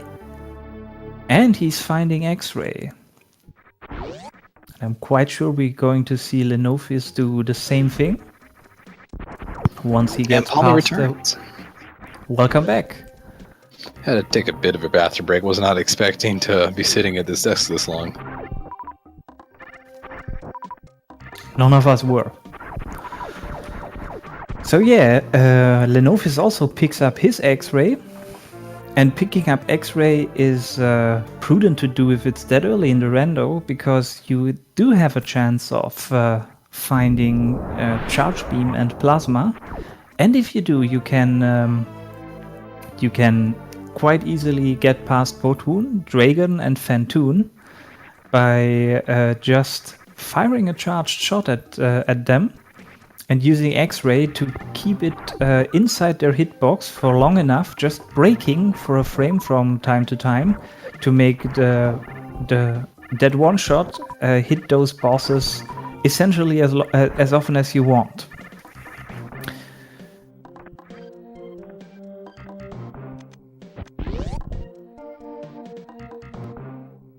And since none of the runners has found Speed Booster yet, they can't check Waterway. This is true. Although the big decision is to see if Lenophis or typwo go up to wreck ship early, which, as we saw last seed, wasn't that a great decision. Ended up being very useless. So wreck ship troll can be there. You never know. Yeah, both runners running on low health too. Yeah, but we've also seen seeds where wrecked ship was really stacked with quite a number of key items, like ice and gravity. Ah, this is true. And it seems like Lenophis is opting to do early wrecked ship, with the risk of maybe having to go back later if wrecked ship E-tank turns out to be a really important major item. And in the meantime, since he has space jump, typwo can easily check X-ray. Very good move from him indeed.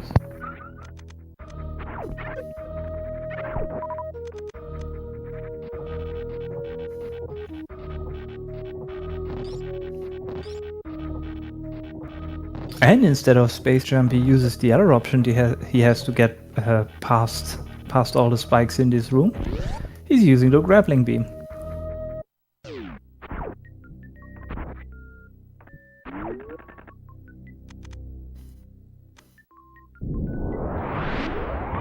X-rays bombs, not the most important item, but it's nice to have.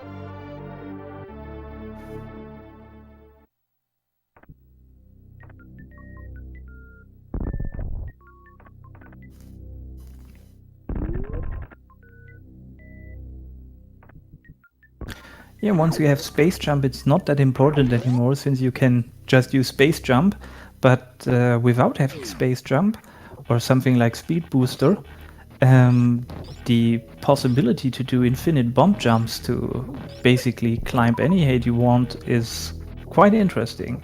It might be quite useful at some places.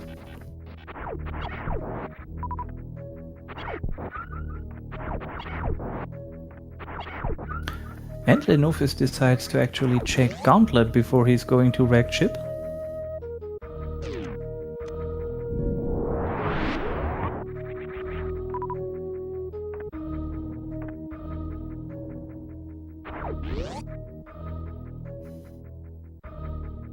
And he's taking a strategical save and refill at the ship. And since he has quite a healthy amount of miners already, he can just decide to reset and spare himself all the way back through Gauntlet.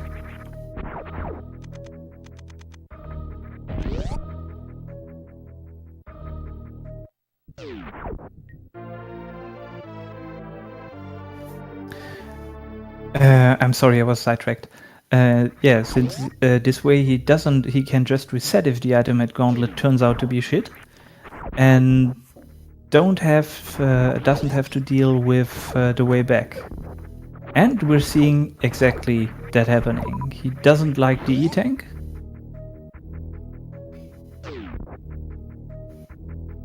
And just resets. And I guess now we will see him go right to the wrecked ship.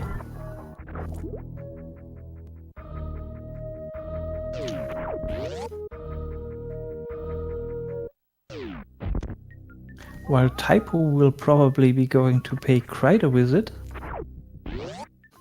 Checking for the major item that Kraid himself protects and the Kraid E-Tank that is unlocked after defeating Kraid.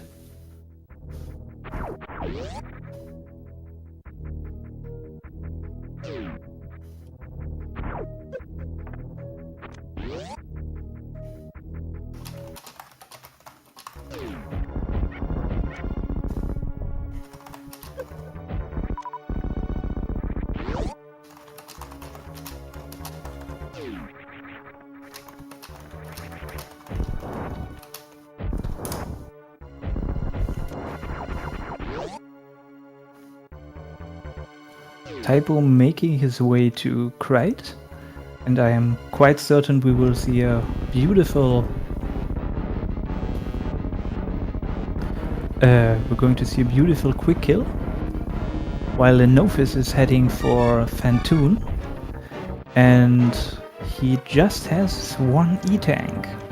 So this is going to be quite the clenchy fight, because just a couple of hits that you almost inevitably take with Fantoon are enough to really endanger you.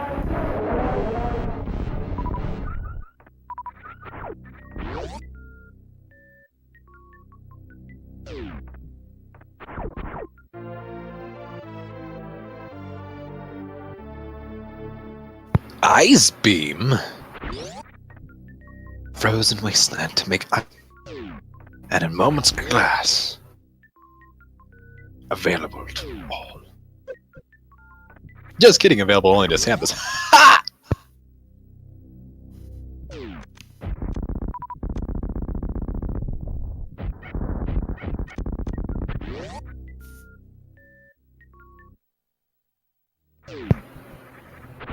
Yes, interesting Fantoon indeed.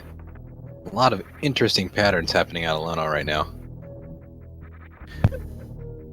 And Lenophis does have his reserve tank, but he's quite close to having to act, and there he has to use it.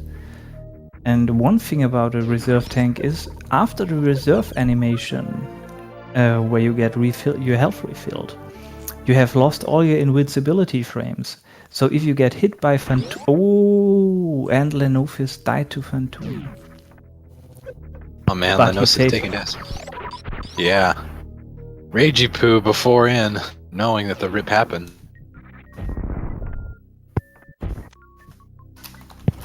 But thankfully, safety saves.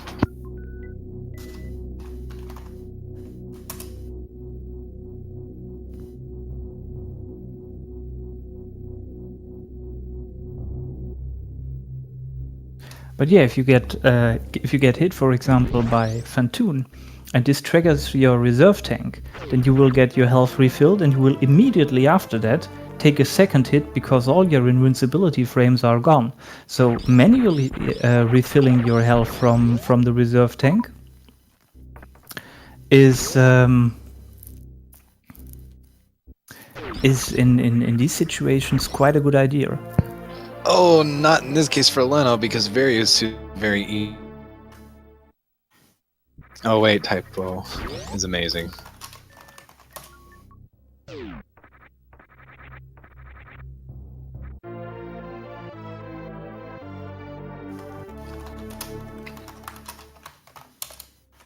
All these power bombs. Goodness, typwo.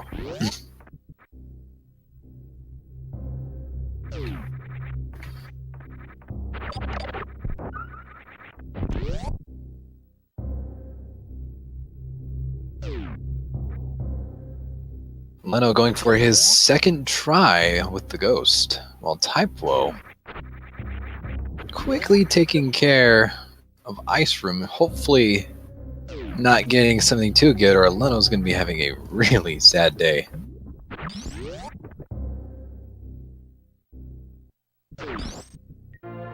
Ooh, speed booster. Not an extremely not an extremely necessitative item, but hard to lose.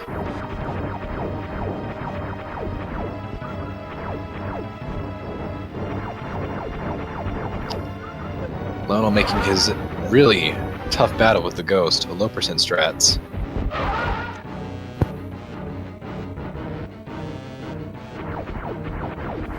Fighting Phantom with just a single E-Tank, no suits, that's not an easy thing to do, because any small mistake can mean you're on the brink of death.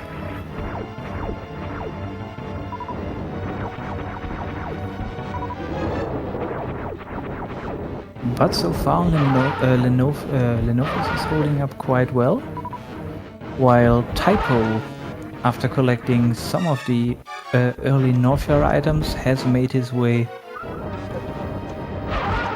to Croc's store, but he decides to skip Croc for now, but he has at least opened the door. Meanwhile, Lenophis is back to 60 health, and this is getting sketchy. Oh, he took another hit, only 20 left. Ooh, back to 35, can't take one hit. Alright, he can take a hit now. And getting that hit! Oh, Leno. Oh, and he's getting hit again. Well, third time's the charm, they say, right? So I guess this time it should work out. I'm losing significant amounts of time to typwo here, just giving typwo away.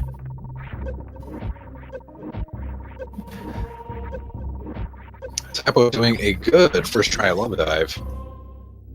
Yeah, that thanks to hide. That looked pretty clean. Mm-hmm.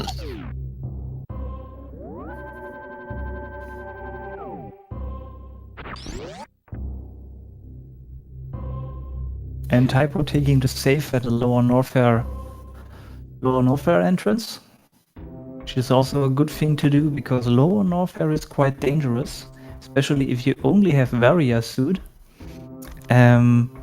because most of the enemies there do quite a lot of damage, and if you don't have something like Screw Attack that allows you to easily basically evade and kill them at the same time, just 4 E-Tanks are, well, not much room for error. I agree with that. Not a lot of supers to miss on this green gate glitch too. You never know what could be behind here. Could be just the thing he needs. Neither runner having either beams, so if Leno doesn't get Ghost third try, he may want to re-opt. Also, typwo getting the GGG with 3 missiles remaining, power bombing the others, getting a couple others, not enough supers to really go into a full Ridley fight without charge. I hope he realizes that his super count is not enough to kill Ridley. With 20 missiles and his power bombs, he does have enough total output damage, but only by a hair. I was about to say, with all the other ammo he has, and there are a number of minor items to check before he goes there. He could also decide to go up the lower Norfair escape route, where 2 minors are. We have the power bombs of shame. We have Mickey Mouse room. I guess if he checks those, and if he finds another super pack or maybe 2, he should be absolutely fine. Also, top screen, I don't have his tracker. Now I do. He has taken down Ridley, so he technically is only looking for items and then making his way to terrain.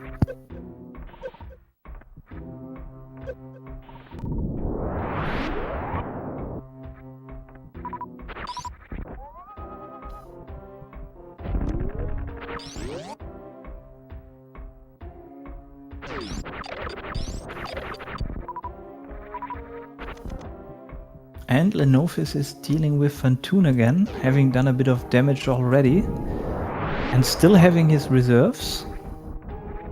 And he upsets him by firing a super into him. And now he's going to have to be quite precise in his shots to not get hit by the spewing flames. But if he times his shots right, he can kill a number of those flames with a single shot and essentially farm off Phantoon's enraged phase. But it didn't really work out that well. He's left with just 45 health now. That means he can take just one hit.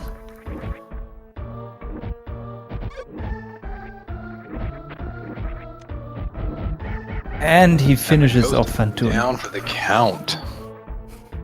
GG Leno for killing the ghost. Dang. Although I like the power bomb for effect. And typwo decides to not go check Mickey Mouse. So I guess he relies on having enough ammo already, technically, to kill Ridley. And probably getting at least power bombs of shame. Which has to be some ammo that is useful against Ridley, because all types of ammo can be used against Ridley. And he's finding Spazer at the original Firefly tank. Not the greatest item, but it sure is great to have right now. Yeah, that early in the game it doesn't hurt to have Spazer, if just for increasing the size of the hitbox of your beams. And Lenophis finds an E-tank in Wrecked Ship. So far, early Wrecked Ship has not been paying off. Hard to say now because he hasn't gotten to check all the other 3 remaining items, but I might be right. You might very well be right, because if he doesn't have much to pay off with, it's going to be a sad route. And he also has the option of finding the big sucker sign, which is a really important major item in the Wrecked Ship reserve tank position, which he cannot check due to missing speed. And if that is the case, he will have to go. He will have to come back here later, costing him a lot of time. True. And another death for Leno. Oh. Yeah, the spiky room of death has his name for a reason. And typwo opting to not check power bombs of shame. Power bombs of shame. He seems to be really confident in his ability to kill Ridley with the ammo he has. Leno indeed could do with a couple of E-tanks right now, because he's running real on here. Yeah, finding an E-tank now would be really nice, not just for the increased maximum energy, but for the easy refill. So I guess I'm sorry, I meant typwo. I guess we're going to see quite a bit of Harvest Moon action from typwo in Ridley's entrance hall. I don't know if he did glitch through it. He got screw attack. That's somewhat a payoff. I wouldn't call that a really crucial item, but it's a good one. Really good one to have.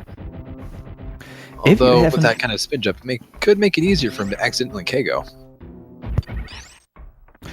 Screw attack is definitely a really useful item if you haven't been to Lower Norfair yet, because Lower Norfair is filled with enemies that do a lot of damage, that keep you from progressing. We've seen why the worst room in the game has his name repeatedly in this tournament.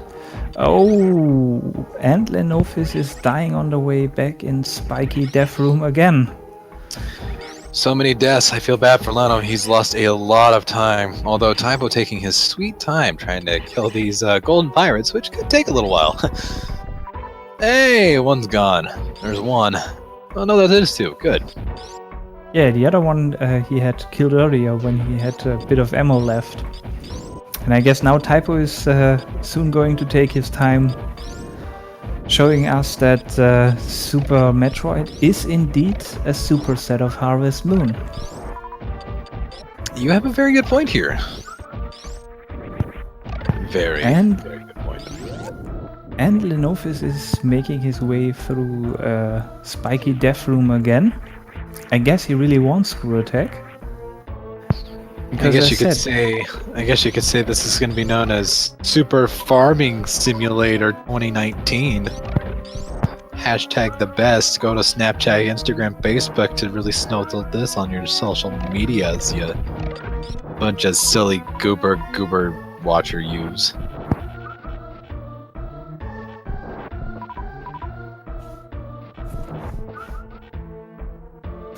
Yeah, as said, screw attack is going to be quite useful, especially if you go to lower Norfair, because we've seen the worst room in the game, which gets a lot easier if you have screw attack to make to quickly remove those golden pirates climbing the walls.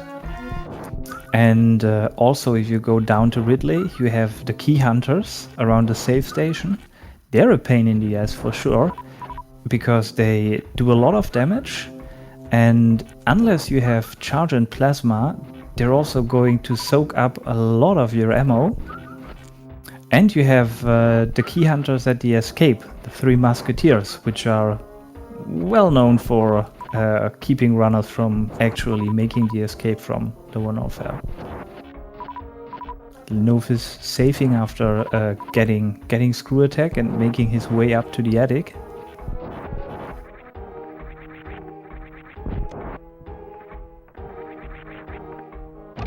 And clearing out the attic is also easily done with screw attack. You just have to jump through the enemies and they crumble to pieces. Ha! Puns. Crumble jumping to pieces! Lenophis also checking red ship reserves, hoping that they're good. I guess he's hoping it's a really useless item, because it isn't. He knows he has made a gamble and lost by going to wreck ship early. In the meantime, typwo is fighting Ridley. And he is... Gravity suit doesn't have speed booster, so man, that sucks. That's a real shame there. He got the middle finger.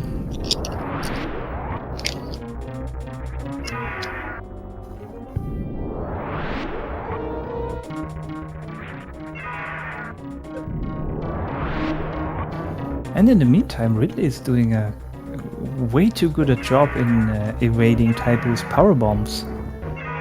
At this rate, he might end up getting softlock at Ridley. Because since he doesn't have charge beam, if he runs out of ammo, he has nothing to damage Ridley with. And unlike most other bosses, Ridley does not have anything that you can farm for ammunition.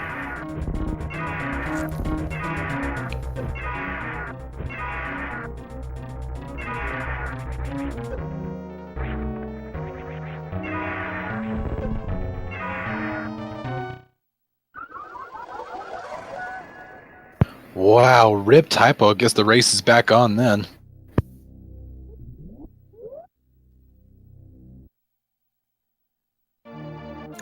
Yeah, both runners doing hard things early, and with mixed success.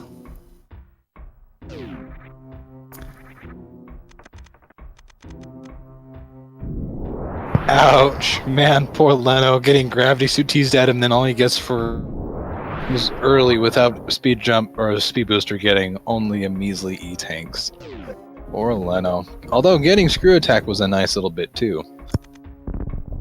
Yeah, I guess Leno is now feeling like those people that booked their vacations from a flyer, and when they look at the flyer they see the wonderful beach, and when they take the flyer out of sight they see the wonderful building site, and thinking they've got cheated out of what they actually paid for with their visit. Guess you could say Leno got really screwed on that deal.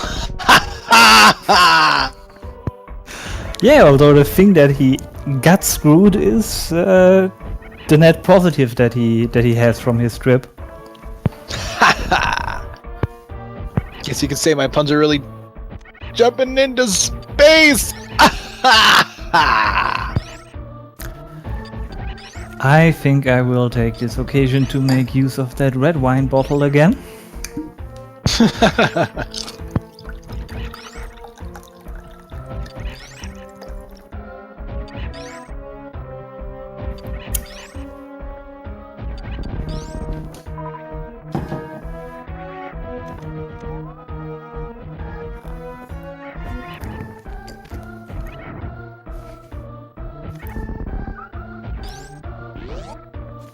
I guess you could say now Leno's really the bomb. Ha ha!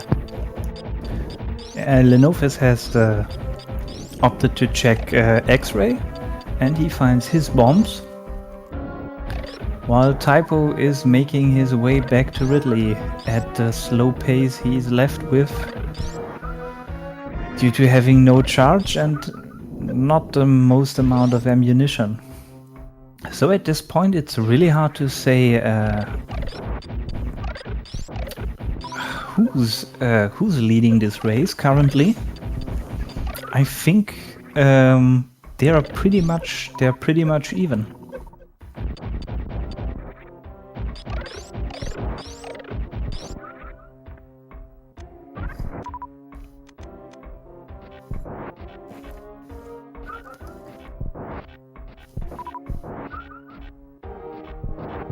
And Lenophis finding another E-tank at the original spacer location.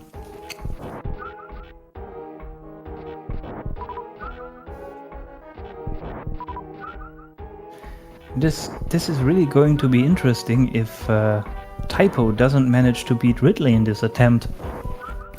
Because with Lenophis following suit on his way to probably lower Norfair, in the not too distant future, they might actually high-five at Ridley.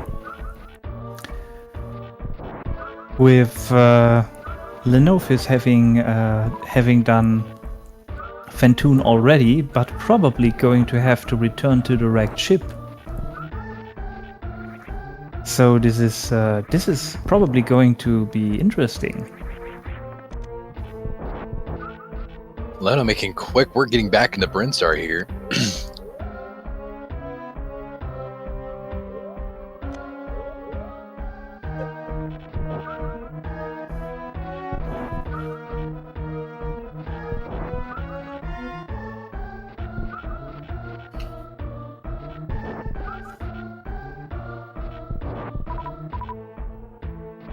And we can see at the Typo's side of the stream how long it really takes to farm up before Ridley if you really are left with almost no ammo.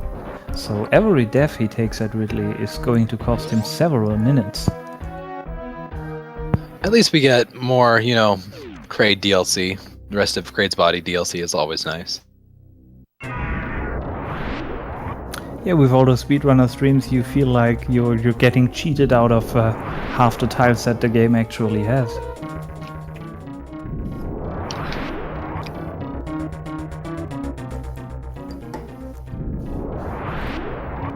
And Lenophis getting his ice beam. That's probably going to relieve him a bit, because ice beam is one of those items that you want to find eventually, just because it saves so much time in Turian for being able to freeze the Metroids and kill them with missiles and supers, instead of having to use 3 power bombs, which takes an eternity in comparison. And Typo, again having the problem that Ridley is simply evading all of his power bombs. Basically starving him of ammunition.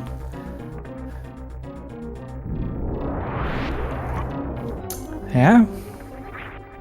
At this rate we might see a third Ridley fight, just as we saw a third Fantoon fight. He is indeed really, really close on ammo. Leno already making his way beating Kraid, checking items at Kraid, and moving on. Hastily getting his way back.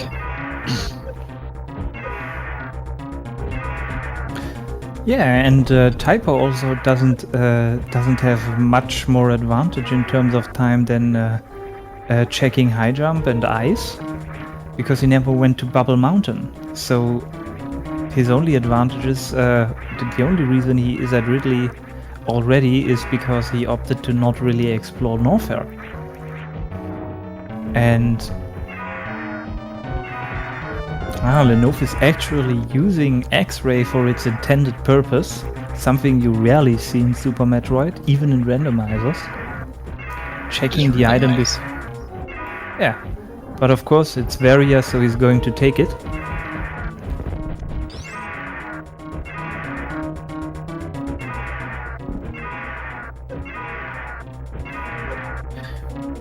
Also, for those of you who have not counted, HelioDixy has been slowly PMing us with the amount of supers he's found. According to him, he is now at approximately 135 supers.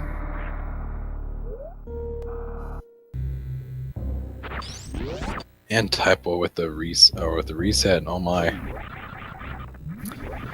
Yeah, so this race is actually getting quite even again. For those of this, but they have their. About a dark, you're so cruel. For those of those. For ice of those. And Lenophis finding speed booster. He's doing it again, boys! Leno getting his well-deserved speed booster. Typwo. Not even making it to Ridley's room, taking a death there. I'm the scat man. Skibbity-doo dum ba dum ba doo. Skibbity-doo dum ba dum ba doo. And Lenophis is taking the same route that typwo did take, going down from Ice Beam towards Croc. And the question is now if he will also go directly to Lower Norfair, skipping Croc and skipping Bubble Mountain, which could easily end up in a high 5 at Ridley. Nope, he's going to fight Croc and look for some items that might make Lower Norfair a bit more comfortable for him. Like Charge Beam. That would give him the assurance that he can't softlock at Ridley. Maybe an additional E-Tank. That would be nice. Maybe charge. That'd be good if it was charged, man. E-Tank! Hype.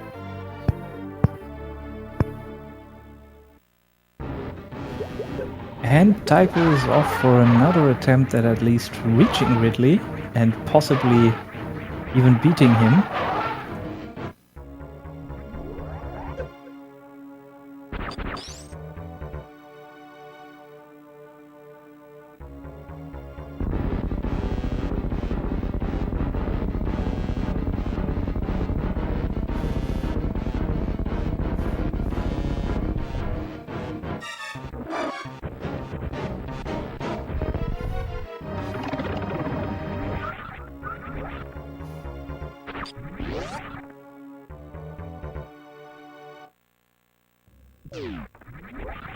And with the really low amount of health that typwo has from his save, he has to go at a snail's pace and basically take baby steps forwards past these Desgigas, because with just Varia suit they are dealing a lot of damage.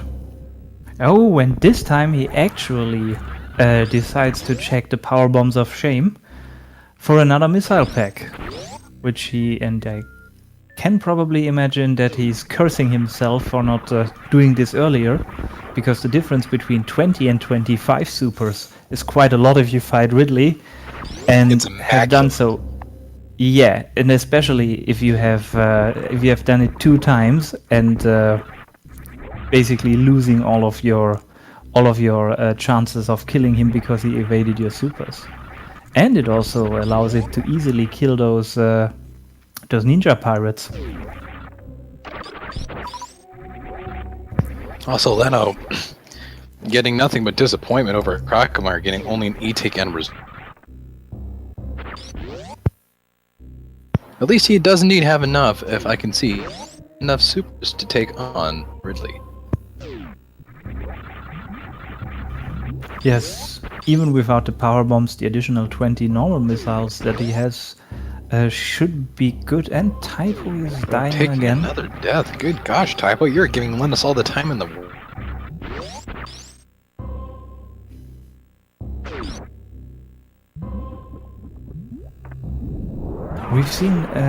We've basically seen kind of a reenactment of the first race of Dessyreqt against Helio, where Helio was basically locked in Lower Norfair, saving with at the same place with not really much health, and simply dying repeatedly on his way to Ridley or at Ridley for quite a long time. And typwo seems to have locked himself into the same kind of trap.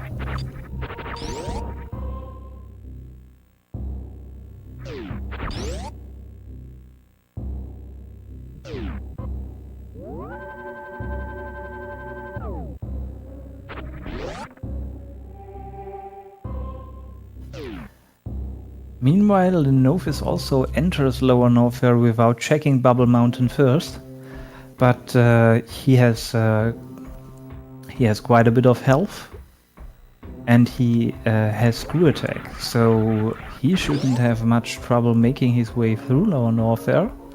And he also has, if I see that correctly, 30 supers, which means he easily has enough ammo to kill Ridley.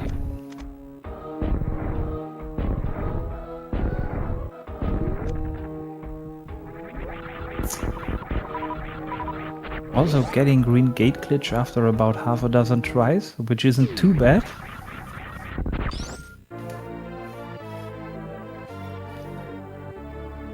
And getting rewarded for his checking of the GT item by just another E-tank.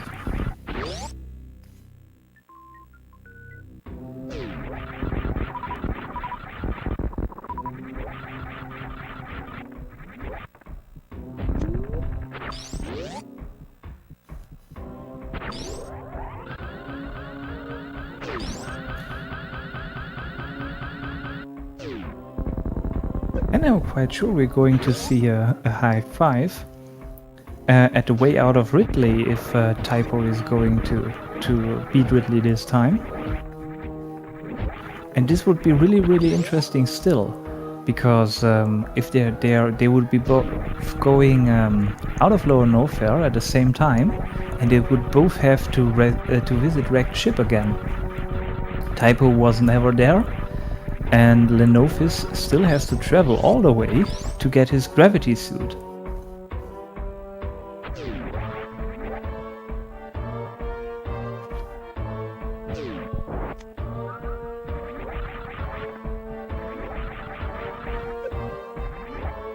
Lenophis opting to check the Firefly E-tank, getting his spacer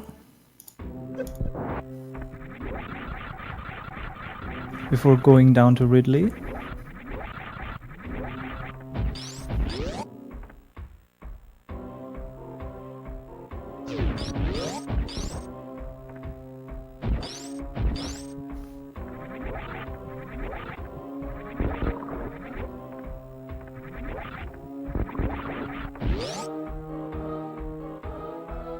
And here on Lenophis stream you can see why Screw Attack is such a wonderful item to have in Lower Norfair. Making all the traveling between those tanky enemies a breeze.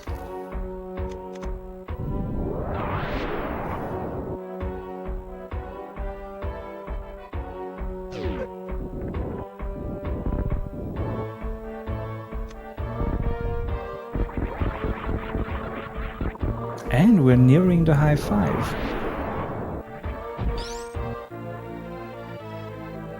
Lenophis of course checking the power bombs of shame the first time, and with now 35 supers he should be well equipped for Ridley, and since he already has 28 of them, he probably won't need much farming.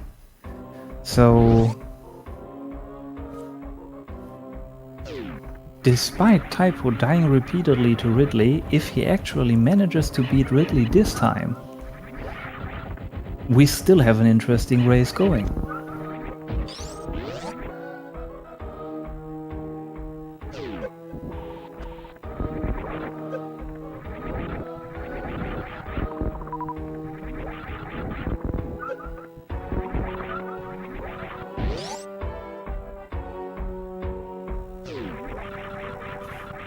And typwo having a bit more luck with his powerbomb placement in this fight, although Ridley has evaded a number of those.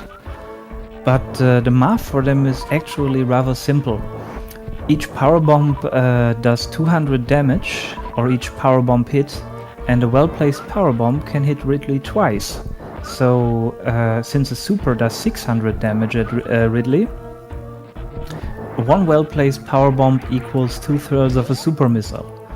And since he has 25 supers, he basically just needs to hit his 15 power bombs with one hit per power bomb, and he's good with his supers, and he still has his normal missiles left.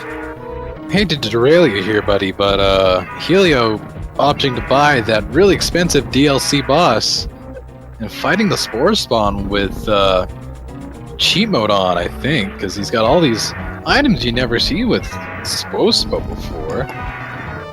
Yeah, and I have to agree. I know both the runners that are really close with each other in a race, fighting Ridley at the same time. But dang, those DLC boss. Goodbye don't DLC know. boss. One-shot wonder over here. Hashtag cheat. Typo dying again. Leno has the lead. And a fairly strong one at that, too.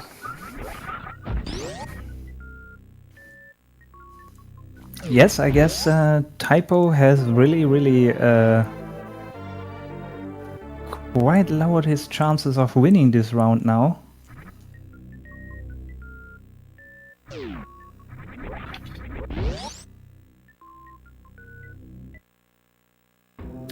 And Lenophis and Typo don't know what the other one is doing. They're not watching each other's streams, and they don't have access, or they are supposed to not have access to any chat or commentary.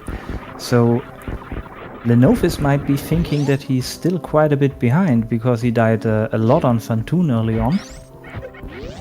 And Typo is probably going to think the same because he didn't know that Lenophis was dying a lot on Fantoon earlier on, and has now just overtaken him. So they are probably both going to feel quite a bit pressured by now.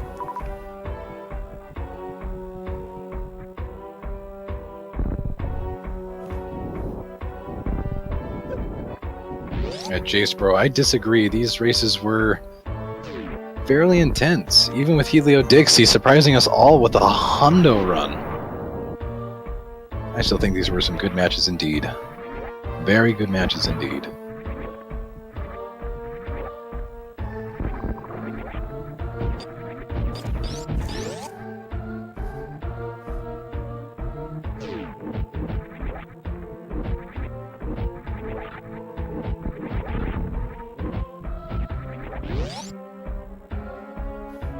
And Lenophis is making his way out of Norfair, of Lower Norfair specifically, and from... and of course he's checking the easily accessible miners during the Lower Norfair escape, since he still has not found charge, and might be preparing for a chargeless Mother Brain fight. And for that you want to have at least 60 supers, preferably more, and at least 30 normal missiles, also preferably more.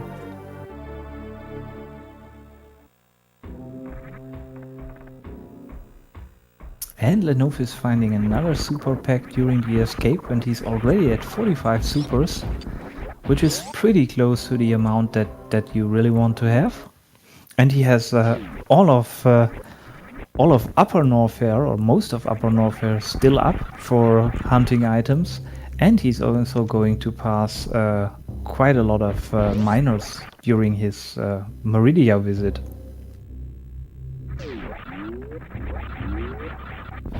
Also, I guess I forgot to mark tracker here.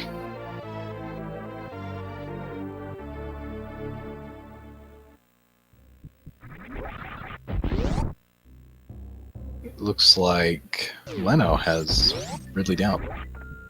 That's forgot.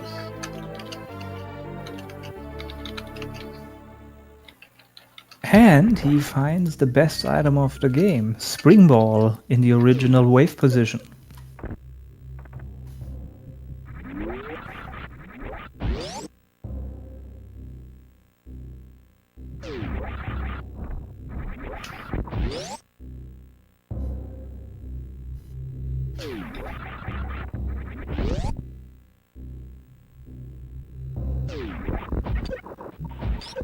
I have the feeling that Leno and typwo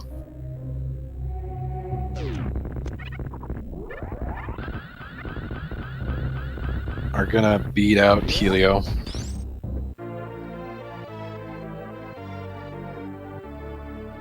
I'm not absolutely certain about typwo, but I guess Leno has really good chances at doing that.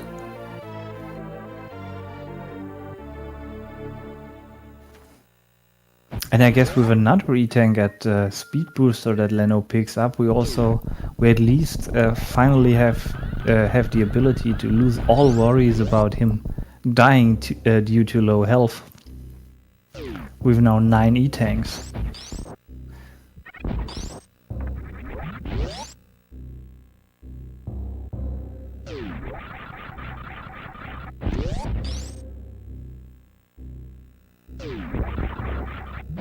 And Leno is of course going for the full Bubble Mountain experience since he still has not found charge. And all of those majors come with a tasty side dish of minors, which might be useful for fighting Mother Brain if you happen to not run into Charge Beam. And the original Norfair reserve has not been properly randomized and stands there as a disappointment for Lenophis.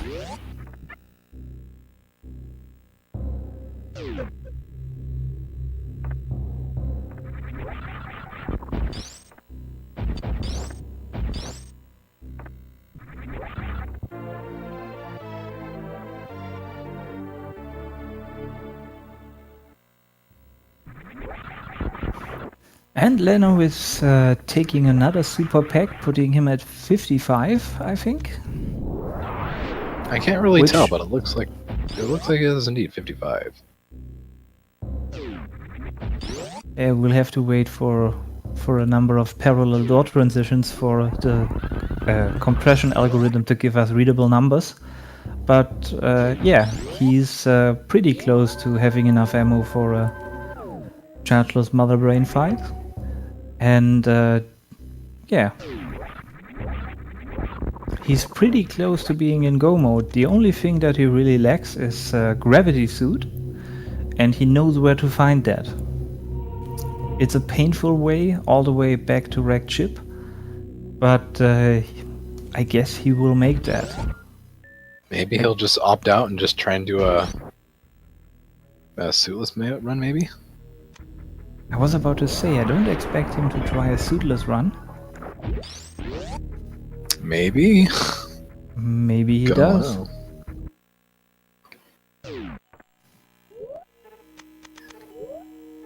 I am not sure how good Lenophis is at suitless Meridia, but this could actually make things interesting.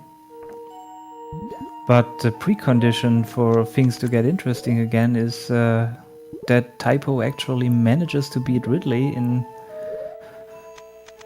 yeah, probably this attempt. I hope this attempt. I really hope that too. It's no fun seeing a runner stuck at some place like this. Yeah, especially if it's just someplace they know they could do, and they're wasting almost, I think it's almost close to 40 minutes over this.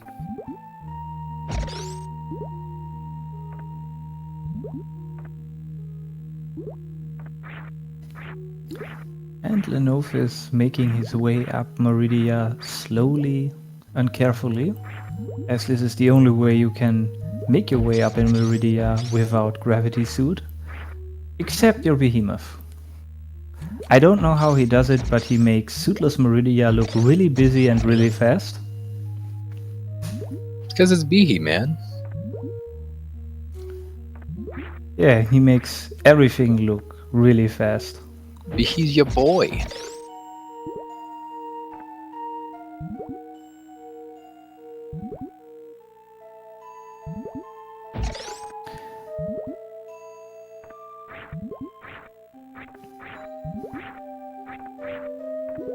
And I really hope Lenophis remembers that he actually does have Spring Ball, which allows him to do springball jumps, which are really useful for doing suitless Meridia, because the trick is basically that you unequip springball, jump, and then equip springball, basically pause, jump, and during the pause, while you are in the midst of your jump, you re-equip springball, and you can then do a second jump just straight out of the air, allowing you to get up places where you normally couldn't jump. Oh, poor Leno. And oh yeah, Oh, poor Leno. yeah. This place there would have been a wonderful occasion to demonstrate springball jumps. He was doing them for a little while. With Leno's skill, not a bad error. Yeah, Leno's in no danger of anything except, yeah, maybe losing a bit of time. But while he can't know it, we can see what Typo is doing with Ridley. And finally, Ridley dead. Wow, yes. Good job, Typo.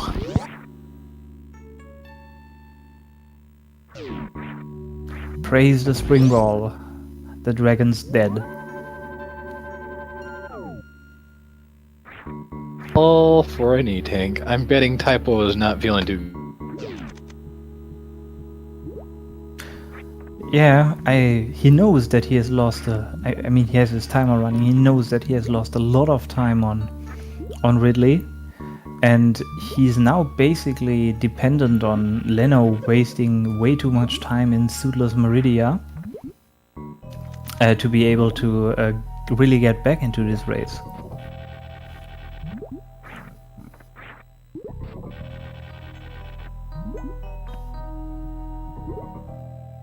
And Leno having a bit of trouble with getting up to Botwoon's entryway.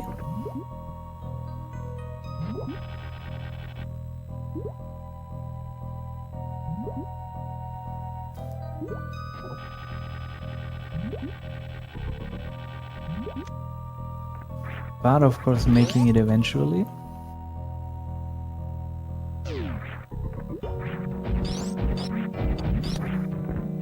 And since he doesn't have gravity, he can't charge through these blocks with speed, and we're going to see something that should be a well-known sight for most viewers at this point. The ice clip, freezing the mock droid right in place so you can just stand on it and clip through the floor. And he gets it, and we're now in for a Botwoon fight.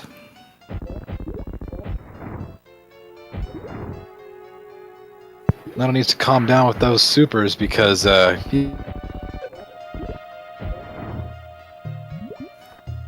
that's a fair point. He doesn't have too many more than he actually needs to kill Botwoon. But he manages to do it. Nah, good job now. I'm not sure if the last super was technically needed or if Botwoon was already dead. Because in case you don't know, if you kill Botwoon, his death animation won't happen, and you can still apparently damage him with more shots until he's completely out of his hole. And Botwoon is also a place where you can easily softlock due to a lack of ammunition, because you can't farm anything during the Botwoon fight.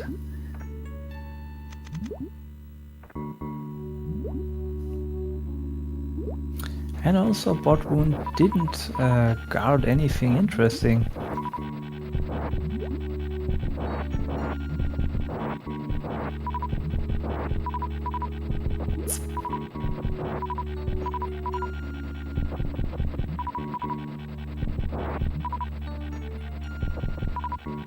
And Typo making his way past the Three Musketeers with just about 1.5 E-tanks left, but he's alive.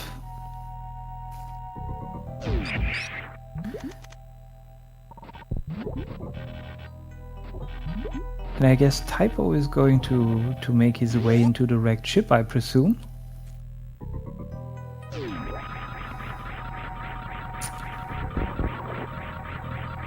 after probably exploring Bubble Mountain for a bit, because he hasn't been at a wrecked ship. He doesn't know where gravity actually is. And he hasn't checked Bubble Mountain. And there is a valid chance, from his perspective, that gravity might be at Bubble Mountain. But he's not.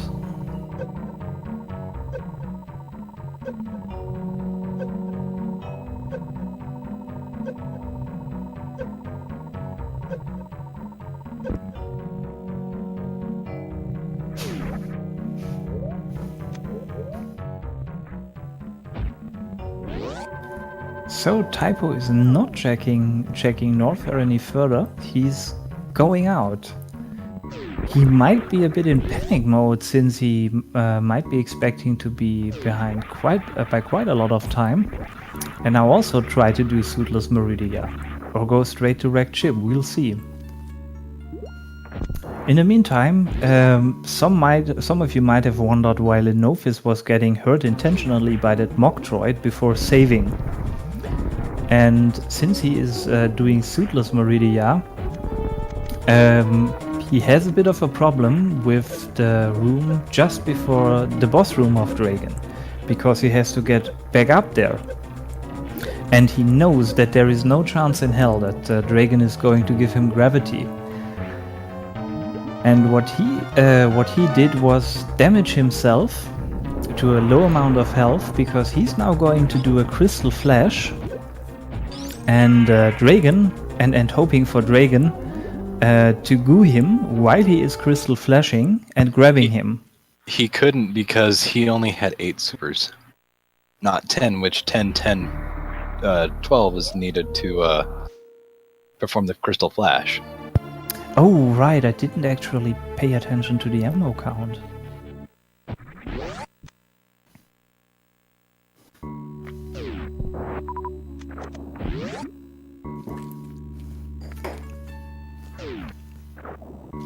But what he's going to try to do in this Dragon fight is performing a Crystal Flash, getting gooed by Dragon while doing so, and picked up.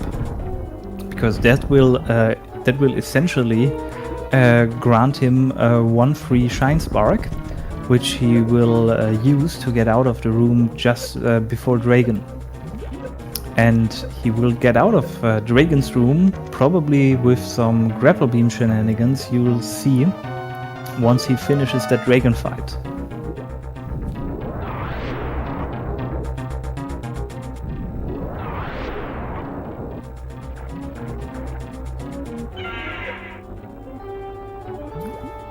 There is the Crystal Flash and the grab. I guess the next step will be to fry the shrimp with the grappling beam.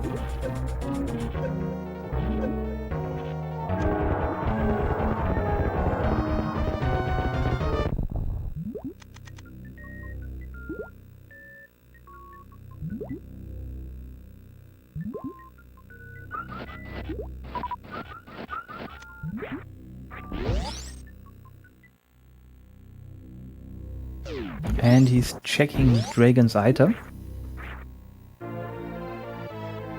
which is Wave Beam, and which he decides to take.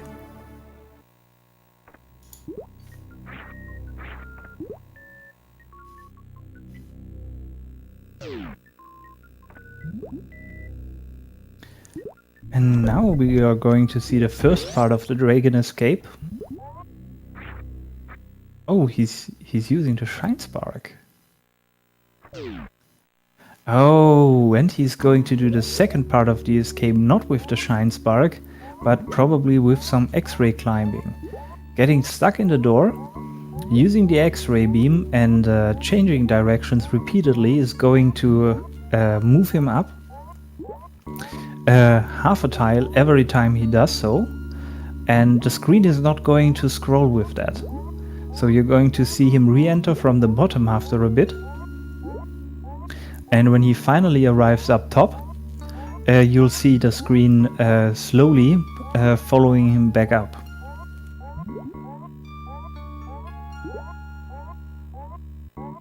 So you're getting to see some some kind of tricks in this run that you're actually not supposed to see that often, at least in this randomizer tournament, because suitless Meridia, really suitless Meridia like this was basically made impossible with the current randomizer logic, because tricks like these are quite a bit of a hurdle for not so experienced runners entering the tournament.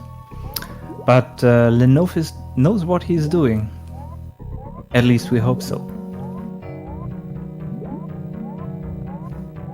And typwo in the meantime is checking the Bubble Mountain majors.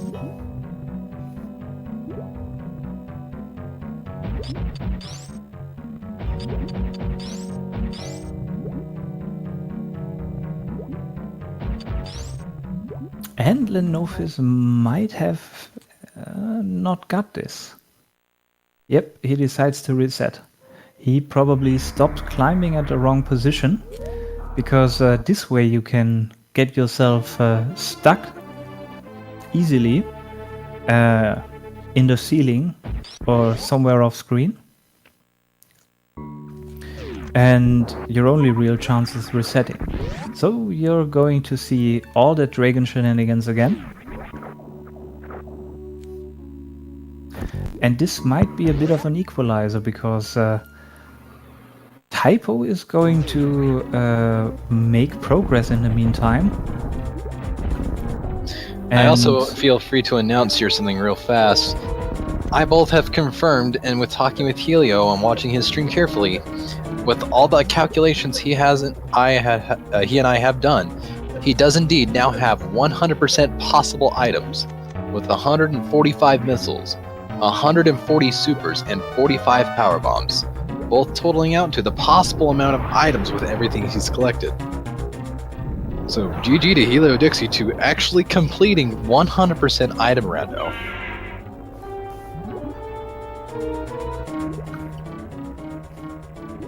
Oh, and typwo is really torn about picking up Springball or not. Luckily he decided to do so, because not picking up Springball is a serious offense against common sense and all that is holy and good with this game. Would have invalidated his run easily. And Lenophis killing Dragon for the second time.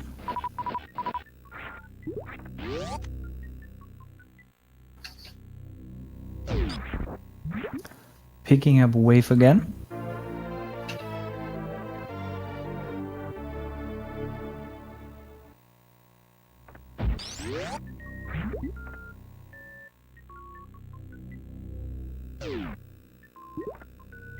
And we might see the grapple escape of Dragon this time.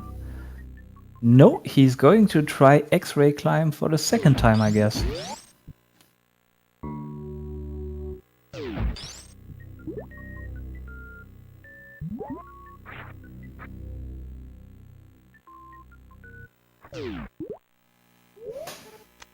He's trying to set his positioning up in such a way that he gets stuck on the door on the way out, because that's a necessary precondition for being able to X-ray climb. And all of this is going to cost him quite a bit of time. So basically their positions have reversed now, with Lenophis being a bit in the lead, just like typwo was before when he first got to Ridley, and Lenophis having to execute some really difficult tricks and needing to not mess them up, because every time he does, he's losing a couple of minutes.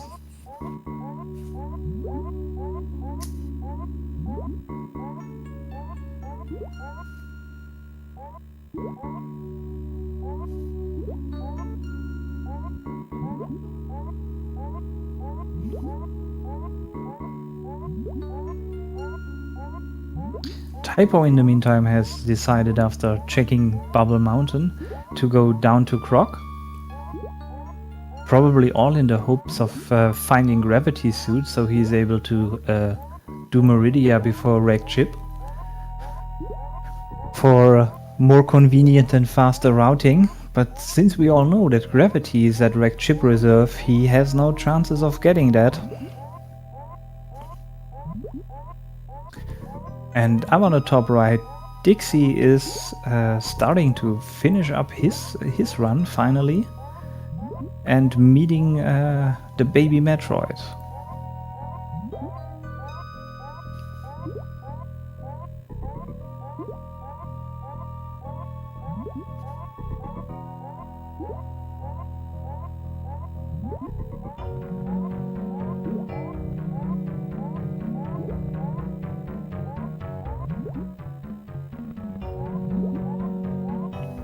Get the feeling Leno might be stuck again.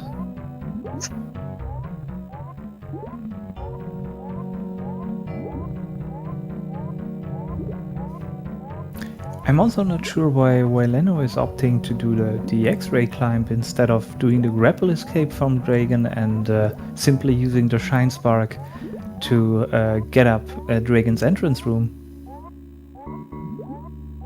And for everyone, he is indeed doing an X-ray climb to escape. So keep that in mind. Up! Hey! There he is!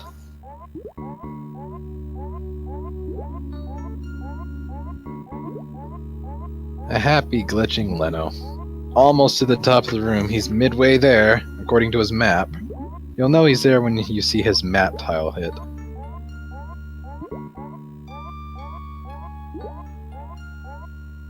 He's there! Dancing his way to the top.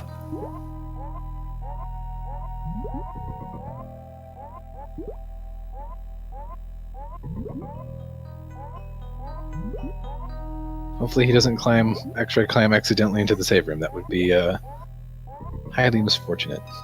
Dance, Samus, dance! Dance to the heavens!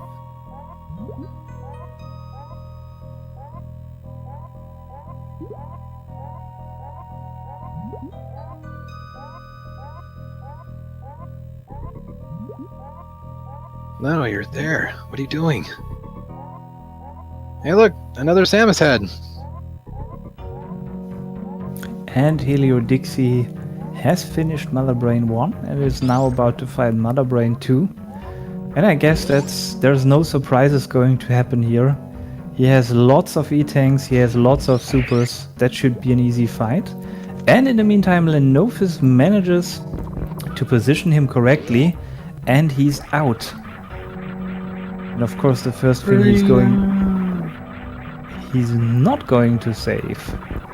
And I should make note on our tracker, since it's been a while since we've had to come back to it for anything, we can finally mark Dragon off so that way we don't have to wait for him to do it again. So he is now on his way, all up on his way, while typwo is horsing around. What has typwo been doing this whole time? He should have been a wrecked ship and all the way out by now. He's basically just been exploring Norfair in the hopes of finding useful progress items. He doesn't have the knowledge that we have. So, yeah, at this point, it's doubtful that typwo is going to really get back on Lenophis in the near future, because the hard part of Suitless Meridia is getting to Dragon and out again. The way back is not that hard. It's surely going to take a bit of time, but way less than Leno has to use for doing the Rekt chip. As well as Meridia. Indeed.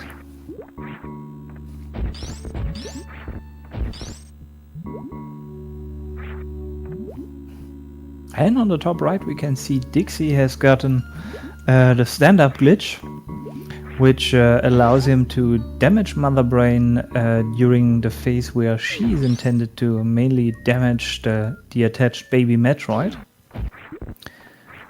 which can save quite a bit of time in phase 3, since you can already damage her during this, and in the ideal case she's just going to take a single hyper beam shot.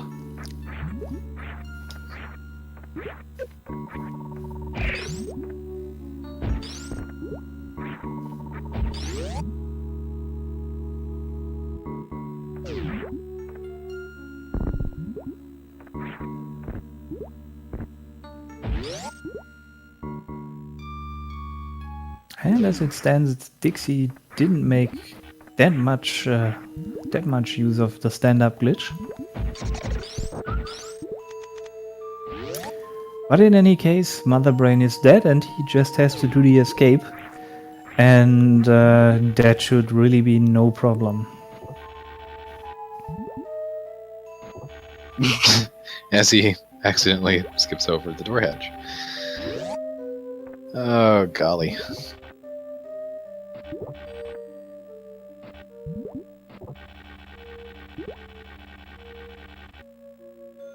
Nice.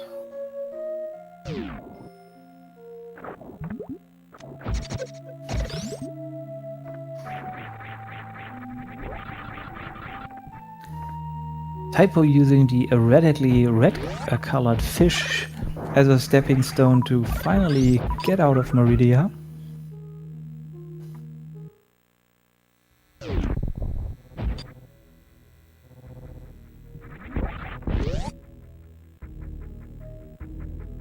Oh, Bee Spike betrays.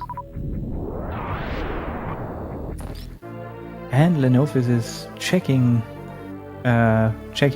the original beta power bombs, and we might see him go down to the alpha ones, because he still hasn't found charge, and he probably wants to have a bit more ammunition for facing Mother Brain without charge beam, since as it stands he doesn't have enough, and even if he finds another super pack, it's sketchy.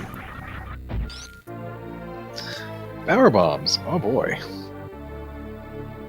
Oh, he's killing those animals.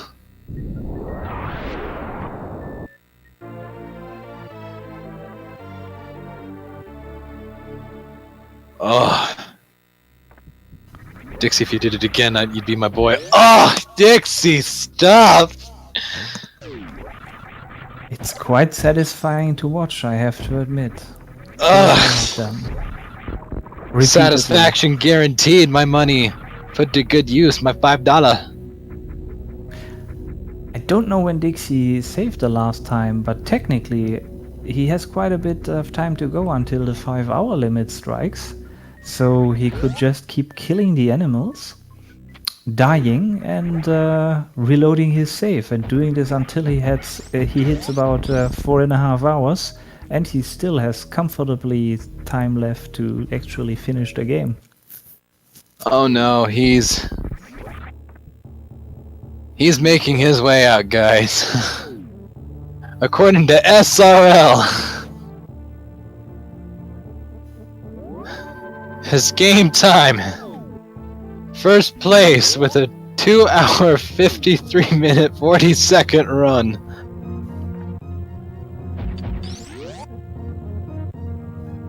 GG. GG, Dixie.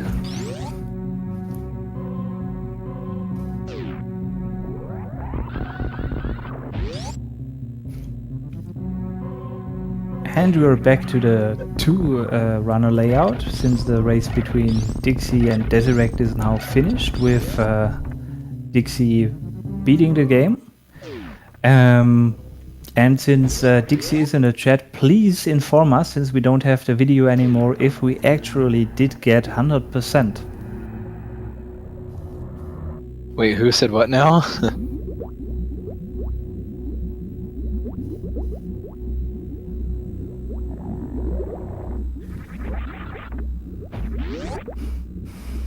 And Lenophis is entering Turian with just 60 supers and 35 regular missiles. That means he is going to destroy Mother Brain's glass tank, then go back to refill his regular missiles, and go back to Mother Brain with an already destroyed glass tank, with 35 regular missiles and 60 supers. And that in turn means he can only miss about 500 damage. That is a single super, and additionally 2 missiles or 5 missiles. I guess he has no idea that typo is quite a bit behind, and he has no reason to assume that he is actually that much behind. He's probably expecting typo to be done every second. And so he is going for the risky thing to do.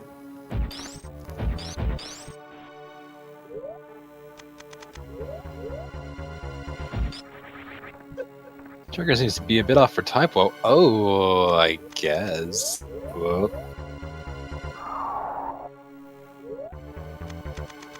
Yeah, Apologies. typwo strategically reset after visiting the wrecked ship reserve tank, since screw attack is not going to be of that much use for him, and time it would have taken him to go back after collecting it was not worth it. Anybody remember what typwo has? After he changed their tracker on us? Ice Wave, Spazer, Varia does not have gravity.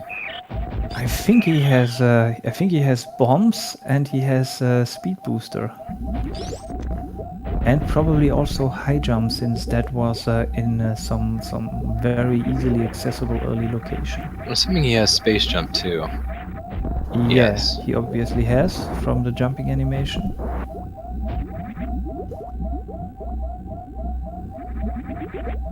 And I'm also not sure what's up with him. He seems to be a bit confused.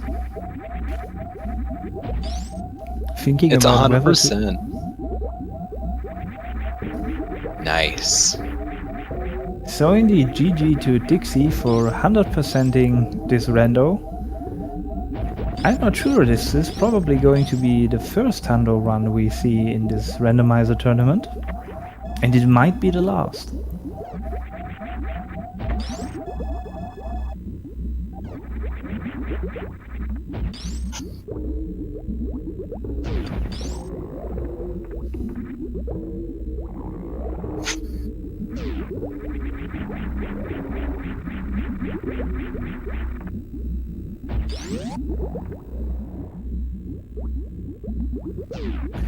typwo making his way through bowling, while Lenophis is going to face Mother Brain.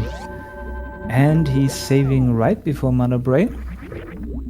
And what we are going to see him do now is go to Mother Brain's tank, just break the glass with regular missiles and then go back. I forgot you could do that. Yeah, and with the ammo count he has to do it, if I'm not mistaken. Because I think you need just one tiny missile more to be able to do this all without going back.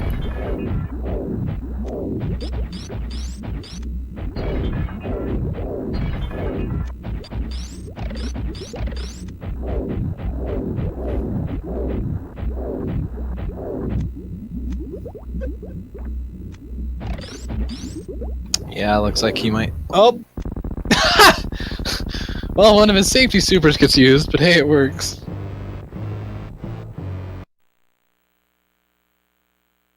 Oh, he wouldn't have had enough, so... Oh, it's exact, that's right. He's at 30-60 even. Yeah, and he realized it after starting the Mother Brain fight.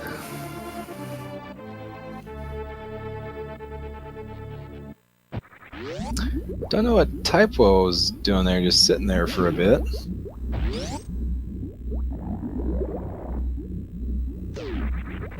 It might be that he's questioning his decisions, his life, and whether to forfeit in this rando. Maybe he wants ice cream. Ever thought of that? Maybe he just wants a delicious, tasty treat. Oh, you're tempting me. We have wonderful ice cream downstairs. But I'm supposed to... So if you want, I can commentate for a little bit, and you can run and get some ice cream while we finish up these this runs here. Oh, it's so tempting. You should. He just got gravity. Existential crisis. To ice cream or not to ice cream, that is the question. No, I'll just pass. Ah, okay. I want to see if... I want to see what Leno's going to do now. And whether he actually gets Mother Brain. So is this Leno v type of round 1? Is it? I think it is. Let me check in the schedule. And yes, it's game 1. Losers round 2. What is round 2? So who won? Oh, was it their first match? No, it's the losers from the second round of the tournament, but it's their first match. Oh, okay. And I don't see... Oh, they have their second and possibly third game scheduled for the 20th, so... So they just opted to do it now? Oh.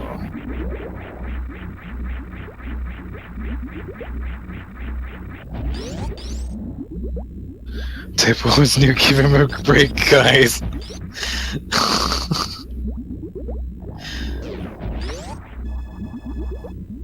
Yep, it's possible. You can just go on back, casually. Another Brave will just be sitting there. Glass broken and all, didn't even care.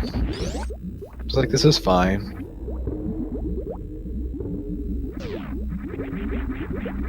Doesn't summon any space pirates to come fix it, just sits it there and be like, nope, this is fine.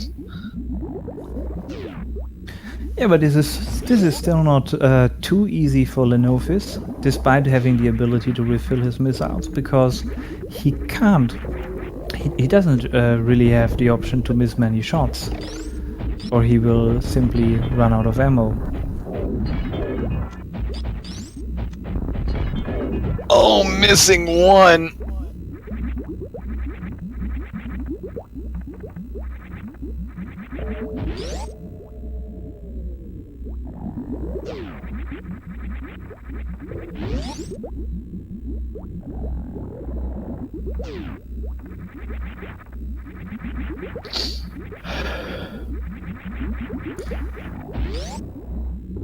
And at this point, Lenophis probably realizes that he rather should have made a little detour to, for example, the power bombs at landing site, or someplace like that, and pick up 1 or 2 minors, missiles or super missiles, whatever. Because having to go back and then still having not much leeway in terms of shots left is costing a lot more time than just checking minors.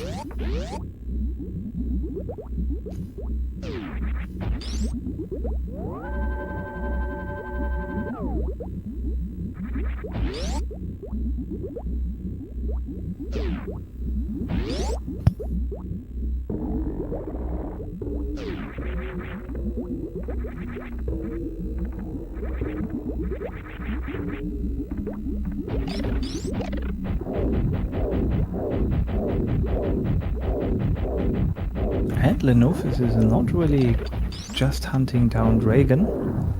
Oh, and there we have the first missile missed at Lenophis. He got sniped, 1 regular missile by the turrets. And typwo on the other side is not directly going to Dragon.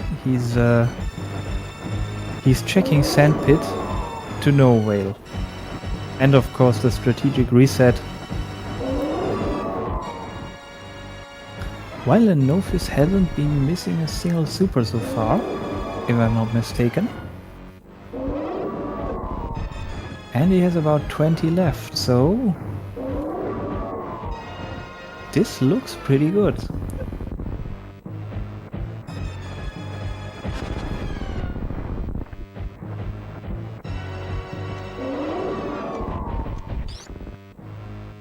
Good job, Leno. Ooh, that's always hairy. And do we see? Yes, we do see the fruit salad beam.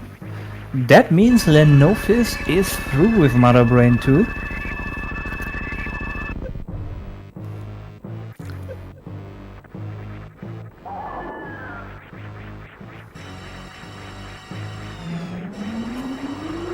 And in the meantime...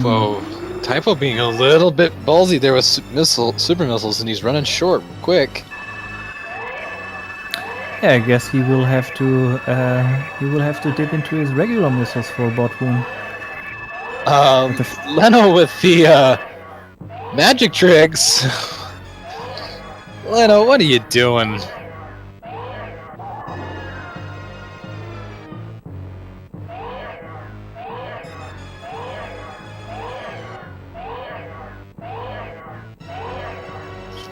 He got it, but...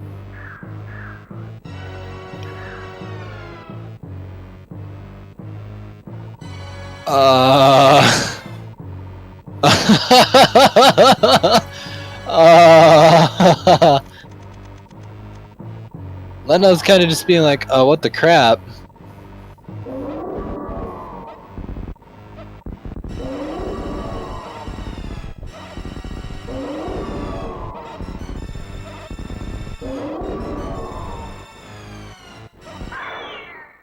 He may be soft-locked.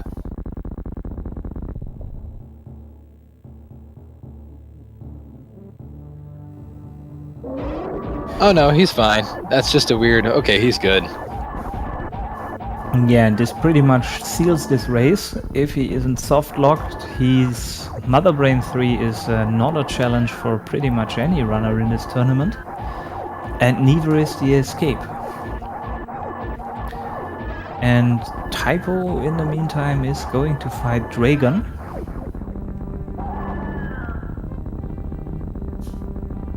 This is without a doubt the most random series of random randomizers ever. Yes, about a dark. Yeah, we got indeed quite a bit of randomness. We got a forfeit, an unexpected forfeit, and we got Suitless Meridia.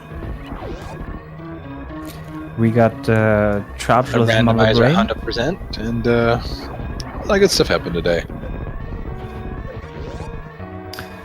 A normal boring day in Bizarro World.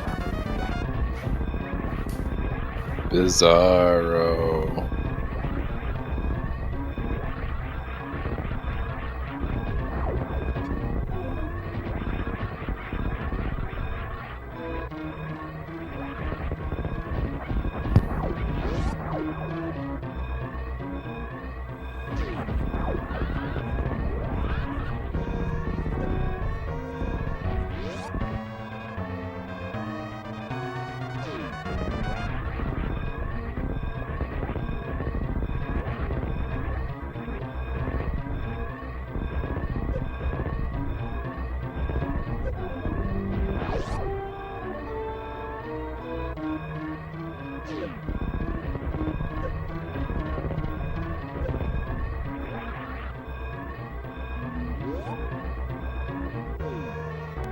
And GG to Lenophis. Dot Dunning with an SRL time of 1:36.41.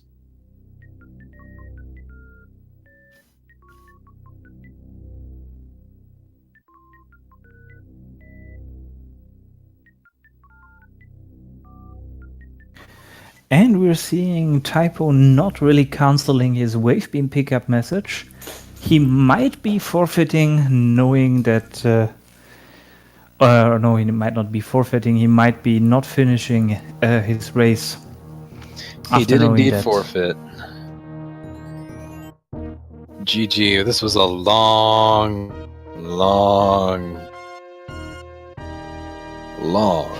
randomizer. Yes, something like a minute and 10 is not out of the ordinary if you get a seat that requires a bit of backtracking and don't have people like Zost or Oates running. But almost an hour and 40, that's quite a long time. When you think about it, those in chat, we've literally been here about almost 3.25 hours now.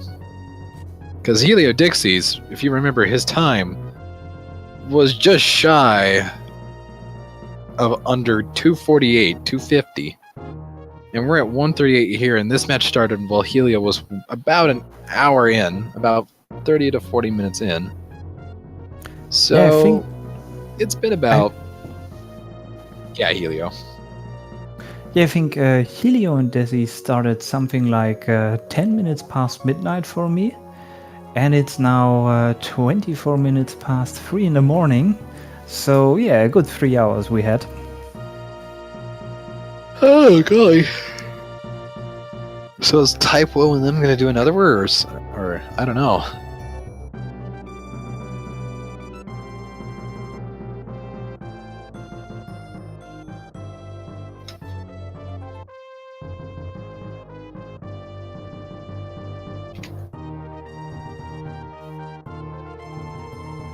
Oh, Yuki.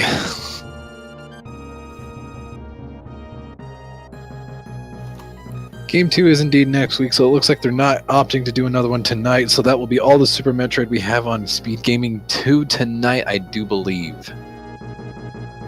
Yes, the next one is going to be tomorrow, but in the actually still in the morning for the people in those time zones that the SRL schedule is made for. At 11 a.m. Retrofile TV is going to face Nightmare 47. But for tonight, that's going to be it.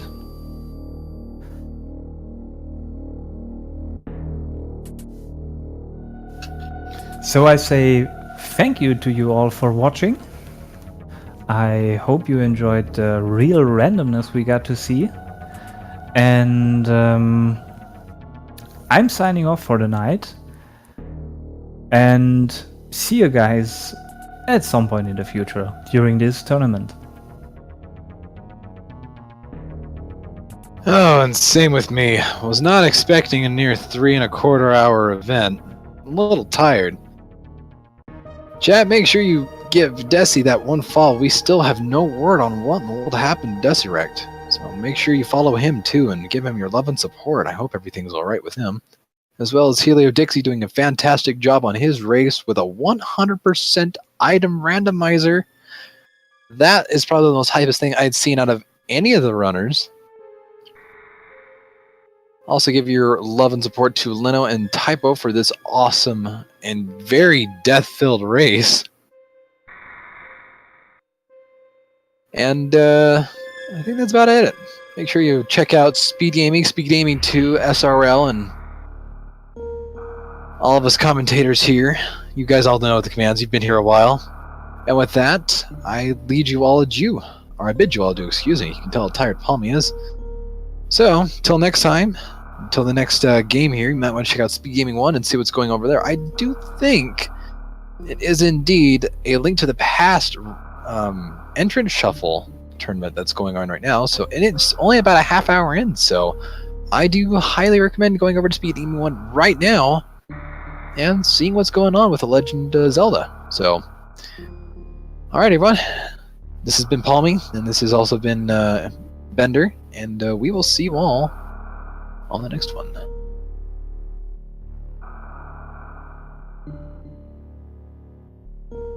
Night everyone.